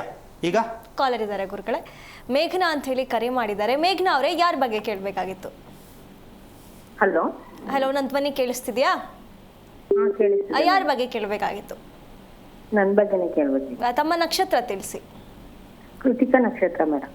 ಗುರುಗಳಿದ್ದಾರೆ, ಮಾತನಾಡಿ. Hello hello. ಹೇಳಿ ತಾಯಿ. ನಮ್ಮ ಮದ್ವೆ ಬಗ್ಗೆ ಕೇಳಬೇಕಾಗಿತ್ತು. ಒಳ್ಳೆ ವರಗಳನ್ನೇ ನಮ್ಗೆ ಸೂಟ್ ಆಗ್ತಾ ಇಲ್ವಲ್ಲ ಗುರುಗಳೇ? ಒಳ್ಳೆ ವರ ಅಂದ್ರೆ ಯಾವ್ದಮ್ಮ? ಹೇಗೆ ಅಂದ್ರೆ ಯಾವ್ದನ್ನ ನಮ್ಗೆ ಸೂಟ್ ಆಗ್ಬೇಕು ಅನ್ನೋ ತರದಲ್ಲಿ ಯಾವ್ದು ಸೂಟ್ ಆಗ್ತಾ ಇಲ್ವಲ್ಲ? ಸಿಗುತ್ತಮ್ಮ, ಸಾಧ್ಯ ಇದೆಯಾ? ಅದು ಸಾಧ್ಯ ಇರಲ್ಲ, ನಾವು ಸೂಟ್ ಮಾಡ್ಕೊಂಡ್ ಅಂತ ಅನ್ಕೊಂಡಿದೀವಿ, ಆದ್ರೆ ಆಯ್ತಾನೆ ಇಲ್ವಲ್ಲ. ಏನು ಓದಿದ್ಯಮ್ಮ? ಡಿಗ್ರಿ. ವಾರ ಹುಟ್ಟಿದ್ ಯಾವುದು? ಶನಿವಾರ. ಓಕೆ. ಈಗ ಪ್ರಶ್ನೆ ಪತ್ರಿಕೆ, ಉತ್ತರದ ಪತ್ರಿಕೆ ಎಲ್ಲ ನಿನ್ನ ಕೈಲೇ ಇದೆ. ಹೌದು. ಏನು ಅಂದರೆ, ನಿನ್ನ ಮನಸ್ಥಿತಿ ಇದೆಯಲ್ಲ, ದೇವರೇ ಬಂದು ಮುಂದೆ ನಿಂತ್ಕೊಂಡ್ರು ನೀನು ದೇವರು ಅಂತ ನನಗೆ ಗ್ಯಾರಂಟಿ ಇಲ್ವಲ್ಲಪ್ಪ, ಅದು ಹೆಂಗೆ ಸ್ವಲ್ಪ ತೋರಿಸು ಅಂತ ಕೇಳ್ತೀಯ. ಹೌದು. ದೇವರೇ ಬಂದು ಎದುರುಗಡೆ ನಿಂತ್ಕೊಂಡ್ರು ನಾನು ದೇವರು ಅಂದರೆ ನನಗೆ ಡೌಟ್ ಇದೆ, ಹೆಂಗೆ ನಂಬಲಿ ನಾನು ಅಂತ ಕೇಳ್ತೀವಿ ಹುಡುಗಿ. ಹಿಂಗೆ ಚೆನ್ನಾಗಿರೋ ಹುಡುಗ ಬಂದ್ರೂ ಸ್ವಲ್ಪ ಮೂಗಿ ನಂಗೆ ಚೂರು ನೀಟಾಗಿದ್ದರೆ ಚೆನ್ನಾಗಿತ್ತು. ಈಗ ಎಲ್ಲಿ ತಗೊಂಡೋಗಿ ಸಾನಿ ಇಡ್ಸೋದನ್ನ? ಅಂದರೆ ಇದು ತಪ್ಪು ಅಂತಲ್ಲ, ಹೆಣ್ಣು ಮಕ್ಕಳಾಗಲಿ ಗಂಡು ಮಕ್ಕಳಾಗಲಿ ಚೆನ್ನಾಗಿರೋ ಹುಡುಗ ಹುಡುಗಿ ಬೇಕು, ಸರಿ. ಆದರೆ ನನಗೆ ಮದುವೆ ಮಾಡ್ಕೊಳ್ತಕ್ಕಂಥ ಹುಡುಗ ಹೇಗೆ ಸಿಗ್ತಾನೆ ಅಂತ ಇಲ್ಲೇ ಇದೆ, ಶನಿವಾರದಲ್ಲೇ. ಈ ಹುಡುಗಿ ಹುಟ್ಟಿದೆಯಲ್ಲ, ಶನಿವಾರದಲ್ಲೇ ಇದೆ. ಹೆಂಗೆ ಅಂದರೆ, ಇವಳಿಗಿನ ಚಿಕ್ಕದೊಳಗೆ ಚೆನ್ನಾಗಿರೋ ವರ ಬರುತ್ತೆ.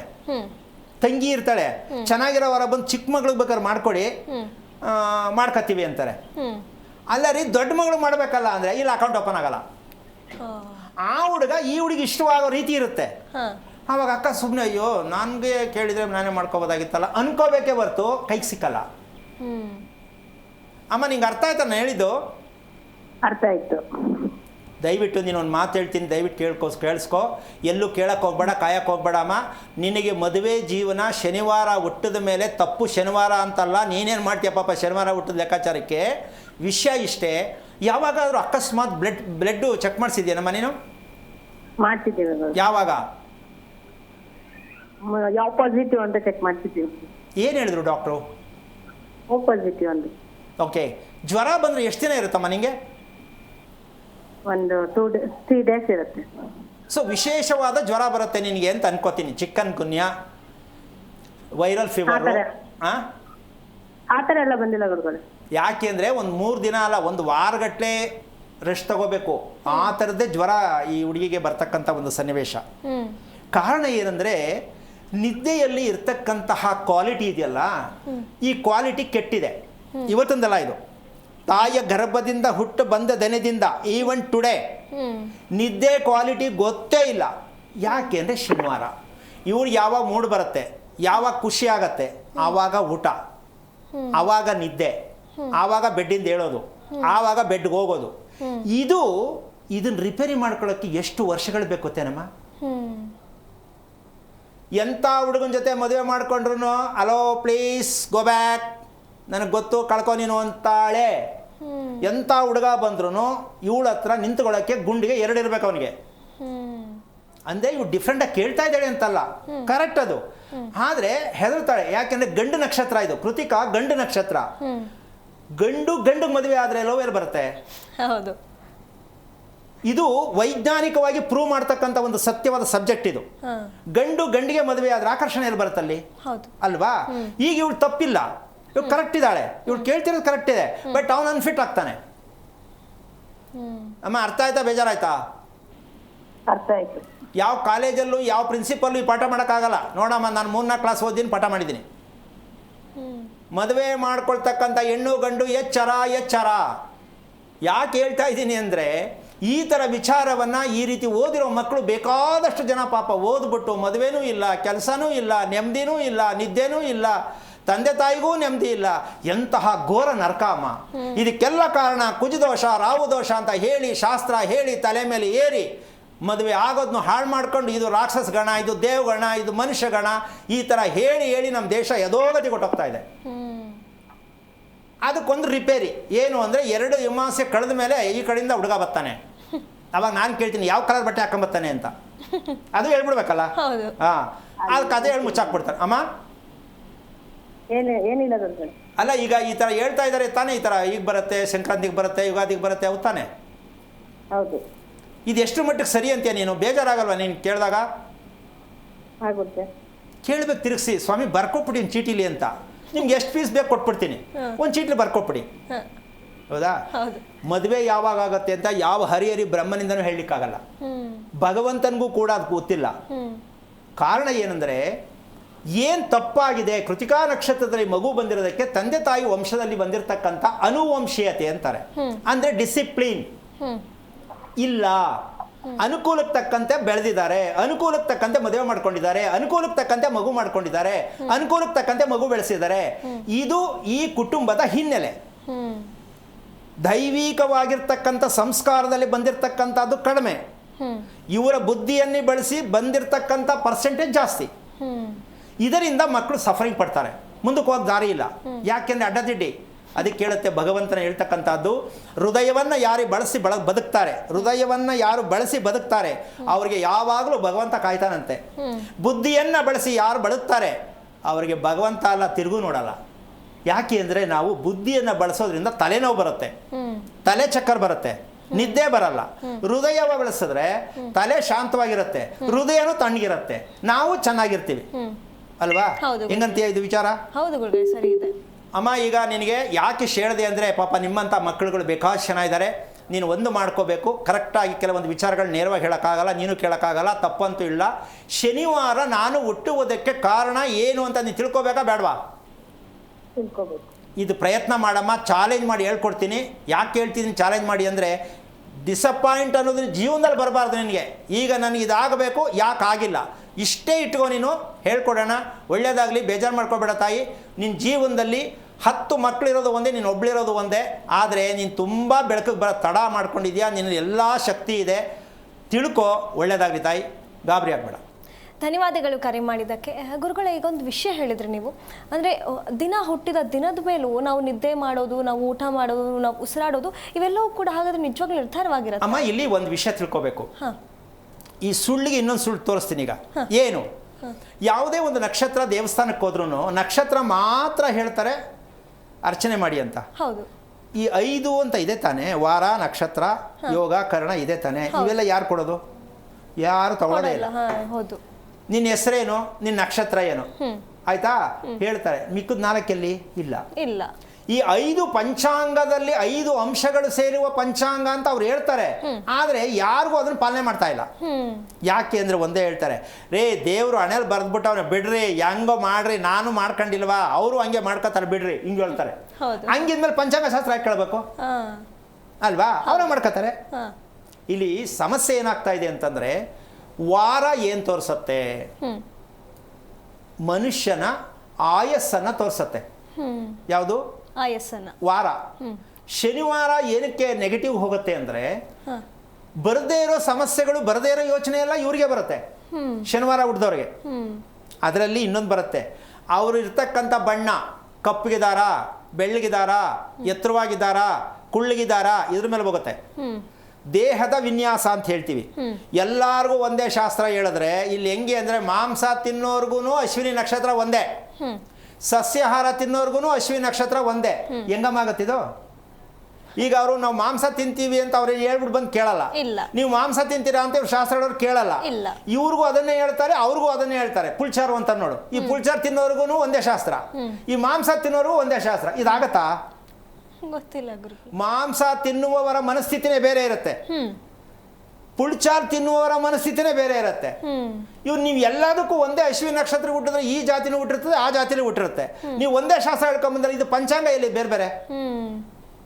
ನಾನು ಹೇಳ್ತಾ ಇರ್ತಕ್ಕಂಥದ್ದು, ಅಧ್ಯಯನ ಮಾಡಿರ್ತಕ್ಕಂಥ ವಿಚಾರಗಳು ಬಂದಾಗ, ರಸವತ್ತಾದ ಜೀವನ ದೇಹ ಇದ್ದಾಗ ಮಾತ್ರ ಯಾರಿಗೆ ಯಾವ ಶಾಸ್ತ್ರ ಅನ್ವಯ ಆಗತ್ತೆ ಅಂತ ನಾವು ಫಿಲ್ಟರ್ ಮಾಡಬೇಕು. ಮಾಂಸಾಹಾರಿಗಳ, ಸಸ್ಯಾಹಾರಿಗಳ, ಇದನ್ನ ಕೇಳೇ ಶಾಸ್ತ್ರ ಹೇಳ್ಬೇಕು ಅಂತ ಇವತ್ತಿನವ್ರು ಎಲ್ಲರೂ ಇದೀನಮ್ಮ? ಇಲ್ಲ ಗುರುಗಳೇ. ಇದು ನಾವು ಮಾಡ್ತಾ ಇರೋ ಒಂದೊಂದು ತಪ್ಪು ಹೇಳ್ತಾ ಹೋದ್ರೆ ಅಮ್ಮ, ನಾವು ಎಷ್ಟು ಹಿಂದೆ ಇದ್ದೀವಿ, ಎಷ್ಟು ಅವಮಾನ ಹೊಂದುತ್ತಾ ಇದ್ದೀವಿ, ಎಷ್ಟು ನರಕವನ್ನು ಅನುಭವಿಸ್ತಾ ಇದ್ದೀವಿ. ಹೇಳೋರಿಗೆ ಇದು ಗೊತ್ತಿಲ್ಲ ಅಂದ್ರೆ, ಪೇಷಂಟ್ ಕತೆ ಏನು ಡಾಕ್ಟರ್ಗೆ ಗೊತ್ತಿಲ್ಲ ಅಂದ್ರೆ, ಹೌದು ಅಲ್ವಾ? ಹಾಗಾಗಿ ಈವರೆಗೂ ಅಲ್ಲ, ಮೊದಲಿಂದಾನೂ ಹೇಳ್ಕೊಂಬಂದಿರೋದು ಇದೆ, ಈಗ ಹೇಳ್ತಾ ಇರೋದು ಅದೇ, ಮುಂದಕ್ಕೆ ಕೇಳೋದು ಅದೇ. ಅವ್ರು ಏನೋ ಹೇಳ್ಕೊಳ್ಳಿ, ಕೇಳೋರು ಎಚ್ಚರಿಕೆ ತಗೊಳ್ಳಿ. ಕೇಳೋರು ಈ ಕಾರ್ಯಕ್ರಮದಲ್ಲಿ ನೋಡಿಕೊಂಡು ದಯವಿಟ್ಟು ಹೆಡ್ಲೈನಲ್ಲಿ ಬರ್ಕೊಳ್ಳಿ. ಇದು ಎಷ್ಟು ಮಟ್ಟಕ್ಕೆ ಇಲ್ಲಿವರೆಗೂ ತಿಳ್ಕೊಂಡಿರ್ತಕ್ಕಂಥದ್ದು, ಎಷ್ಟು ಮಟ್ಟಕ್ಕೆ ಸಕ್ಸಸ್ ಆಗಿದ್ದೀವಿ, ಇದನ್ನು ಪ್ರತಿಯೊಬ್ಬರು ಕೂಡ ಪ್ರಾಕ್ಟಿಕಲ್ ಆಗಿ ತಗೊಳ್ಳಿ. ಒಂದು ಶಿಸ್ತುಬದ್ಧವಾದ ಜೀವನ ನಡೆಸಬೇಕು. ಮನುಷ್ಯನ ಉಸಿರಾಟಕ್ಕೆ ಬೆಲೆ ಕಟ್ಟಕ್ಕೆ ಯಾವ ಕಾರಣಕ್ಕೂ ಇಲ್ಲ. ಭಗವಂತ ನಮ್ಮ ಪ್ರಾಣ ಅನ್ನೋದೇ ಉಸಿರಾಟ, ಹೌದಲ್ಲಮ್ಮ? ಆ ಪ್ರಾಣದ ಶಕ್ತಿಯನ್ನೇ ತಿಳ್ಕೊಳ್ಳದೆ ಇದ್ಮೇಲೆ ನಾವು ಹೆಂಗ್ರಿ ಬದುಕಕ್ಕಾಗತ್ತೆ ಅಂತ ನೀವು ತಿಳ್ಕೊಳ್ಳಿ. ಪ್ರಾಣದ ಶಕ್ತಿಯನ್ನು ಕೇಳಿ ಅಂತ ಶಾಸ್ತ್ರಗಳು ಕೇಳಿ ಓಡೋಗ್ಬಿಡ್ತಾರೆ ಎದ್ದು, ಏನಪ್ಪ ಹಿಂಗೆ ಕೇಳ್ಬಿಟ್ಟಲ್ಲ ಅಂತ. ಯಾಕಂದ್ರೆ ಅದೆಲ್ಲ ಇಲ್ಲ ರೀ ಅಂತಾರೆ, ಯಾಕಂದ್ರೆ ಗೊತ್ತಿಲ್ವಲ್ಲ. ಇಂಥ ವಿಷಯಗಳನ್ನು, ಇಷ್ಟು ರಹಸ್ಯಕರವಾಗಿರ್ತಕ್ಕಂಥ ಮಂಗಳಕರವಾಗಿರ್ತಕ್ಕಂಥ ವಿಚಾರಗಳನ್ನು ಪ್ರತಿ ಗೃಹಿಣಿಯರು ಮಂಗಳಕರವಾಗಿರ್ತಕ್ಕಂತಹ ಶ್ರೀರಾಮ ಅಂತಕ್ಕಂಥದ್ದನ್ನು ಸೂರ್ಯೋದಯಕ್ಕೆ ಮುಂಚಿತವಾಗಿ ಎದ್ದು ಇದನ್ನು ಪಠನೆ ಮಾಡೋದು, ಧ್ಯಾನ ಮಾಡೋದು, ಬರೆಯೋದು, ಏನಾದ್ರು ಪ್ರಯತ್ನ ಮಾಡೋದೇ ಆದರೆ ಸಂಸಾರ ಅನ್ನೋದು ಬಂಧನದಿಂದ ಮುಕ್ತಿ ಹೊಂದಿ ನಾನು ಯಾವಾಗಲೂ ಖುಷಿಯಾಗಿ ನಗ್ತಾ ಇರಬೇಕು ಅಂತ ಎಷ್ಟೋ ಜನ ಅನ್ಕೋತಾರಲ್ಲ. ಚೆನ್ನಾಗಿ ನಗ್ನಗ್ತಾ ಇರಬೇಕು ಅಂದರೆ ಶ್ರೀರಾಮ ಬರೆಯೋದು, ಹೇಳೋದು, ಮಾಡೋದೇ. ಆದರೆ ಕೆಲವ್ರು ಏನಾದ್ರು ಬರಿತೀನಿ ಅನ್ನೋದಾದರೆ ದಯವಿಟ್ಟು ನಮಗೆ ವಿಷಯ ತಿಳಿಸಿ, ನಾನು ಬರಿತೀನಿ ಗುರುಗಳೇ ಅಂತೇಳಿ ಸಂಕಲ್ಪ ಏನು ಮಾಡಬೇಕು, ಹೇಗೆ ಮಾಡಬೇಕು, ಅದು ಎಲ್ಲಿಗೆ ತಲುಪಿಸ್ಬೇಕು ಹೇಳ್ತೀನಿ. ಬೇಕಾದರೆ ಮಾಡಿ, ಒಳ್ಳೆಯದಾಗಲಿ, ಎಲ್ಲರೂ ಸುಭಿಕ್ಷವಾಗಿರಲಿ, ಮಕ್ಕಳು ಚೆನ್ನಾಗಿರಲಿ ಅಂತ ಹೇಳ್ತಾ ಕಾರ್ಯಕ್ರಮ ಮುಗಿಸ್ತಾ ಇದ್ದೀನಿ. ಜೈ ಶ್ರೀರಾಮ್. ಗುರುಗಳೇ, ಇಷ್ಟೊತ್ತು ನಮ್ಮೊಂದಿಗೆ ಕಾರ್ಯಕ್ರಮದಲ್ಲಿ ಭಾಗಿಯಾಗಿ ನಮ್ಮ ಪ್ರಶ್ನೆಗಳಿಗೆ ಹಾಗೆ ನಮ್ಮ ವೀಕ್ಷಕರ ಪ್ರಶ್ನೆಗಳಿಗೆ ಉತ್ತರ ಕೊಟ್ಟಿದ್ದಕ್ಕೆ ತಮಗೆ ಧನ್ಯವಾದಗಳು. ನೋಡೋದಲ್ಲ ವೀಕ್ಷಕರೇ, ಇದಾಗಿತ್ತು ಇವತ್ತಿನ ವಿಶೇಷ. ನೋಡ್ತಾ ಇರಿ ಜಿ ಕನ್ನಡ ನ್ಯೂಸ್, ಸತ್ಯವೇ ಸುದ್ದಿಯ ಜೀವಾಳ. ಹೆಚ್ಚಿನ ಮಾಹಿತಿಗಾಗಿ ಸಂಪರ್ಕಿಸಿ ಶ್ರೀಮಾನ್ ಶ್ರೀ ಪುರುಷೋತ್ತಮ್ ದೇಶಿ ಗುರೂಜಿ, ಶ್ರೀ ಧರ್ಮ ಮಾರ್ಗ ಕಚೇರಿ, ನಂಬರ್ 532, ಮಲಥಳ್ಳಿ ಮುಖ್ಯ ರಸ್ತೆ, ಬೆಂಗಳೂರು 560056. ಸಂಪರ್ಕಿಸಿ 9148639933, 8618915231, 9513393251, 91082588834.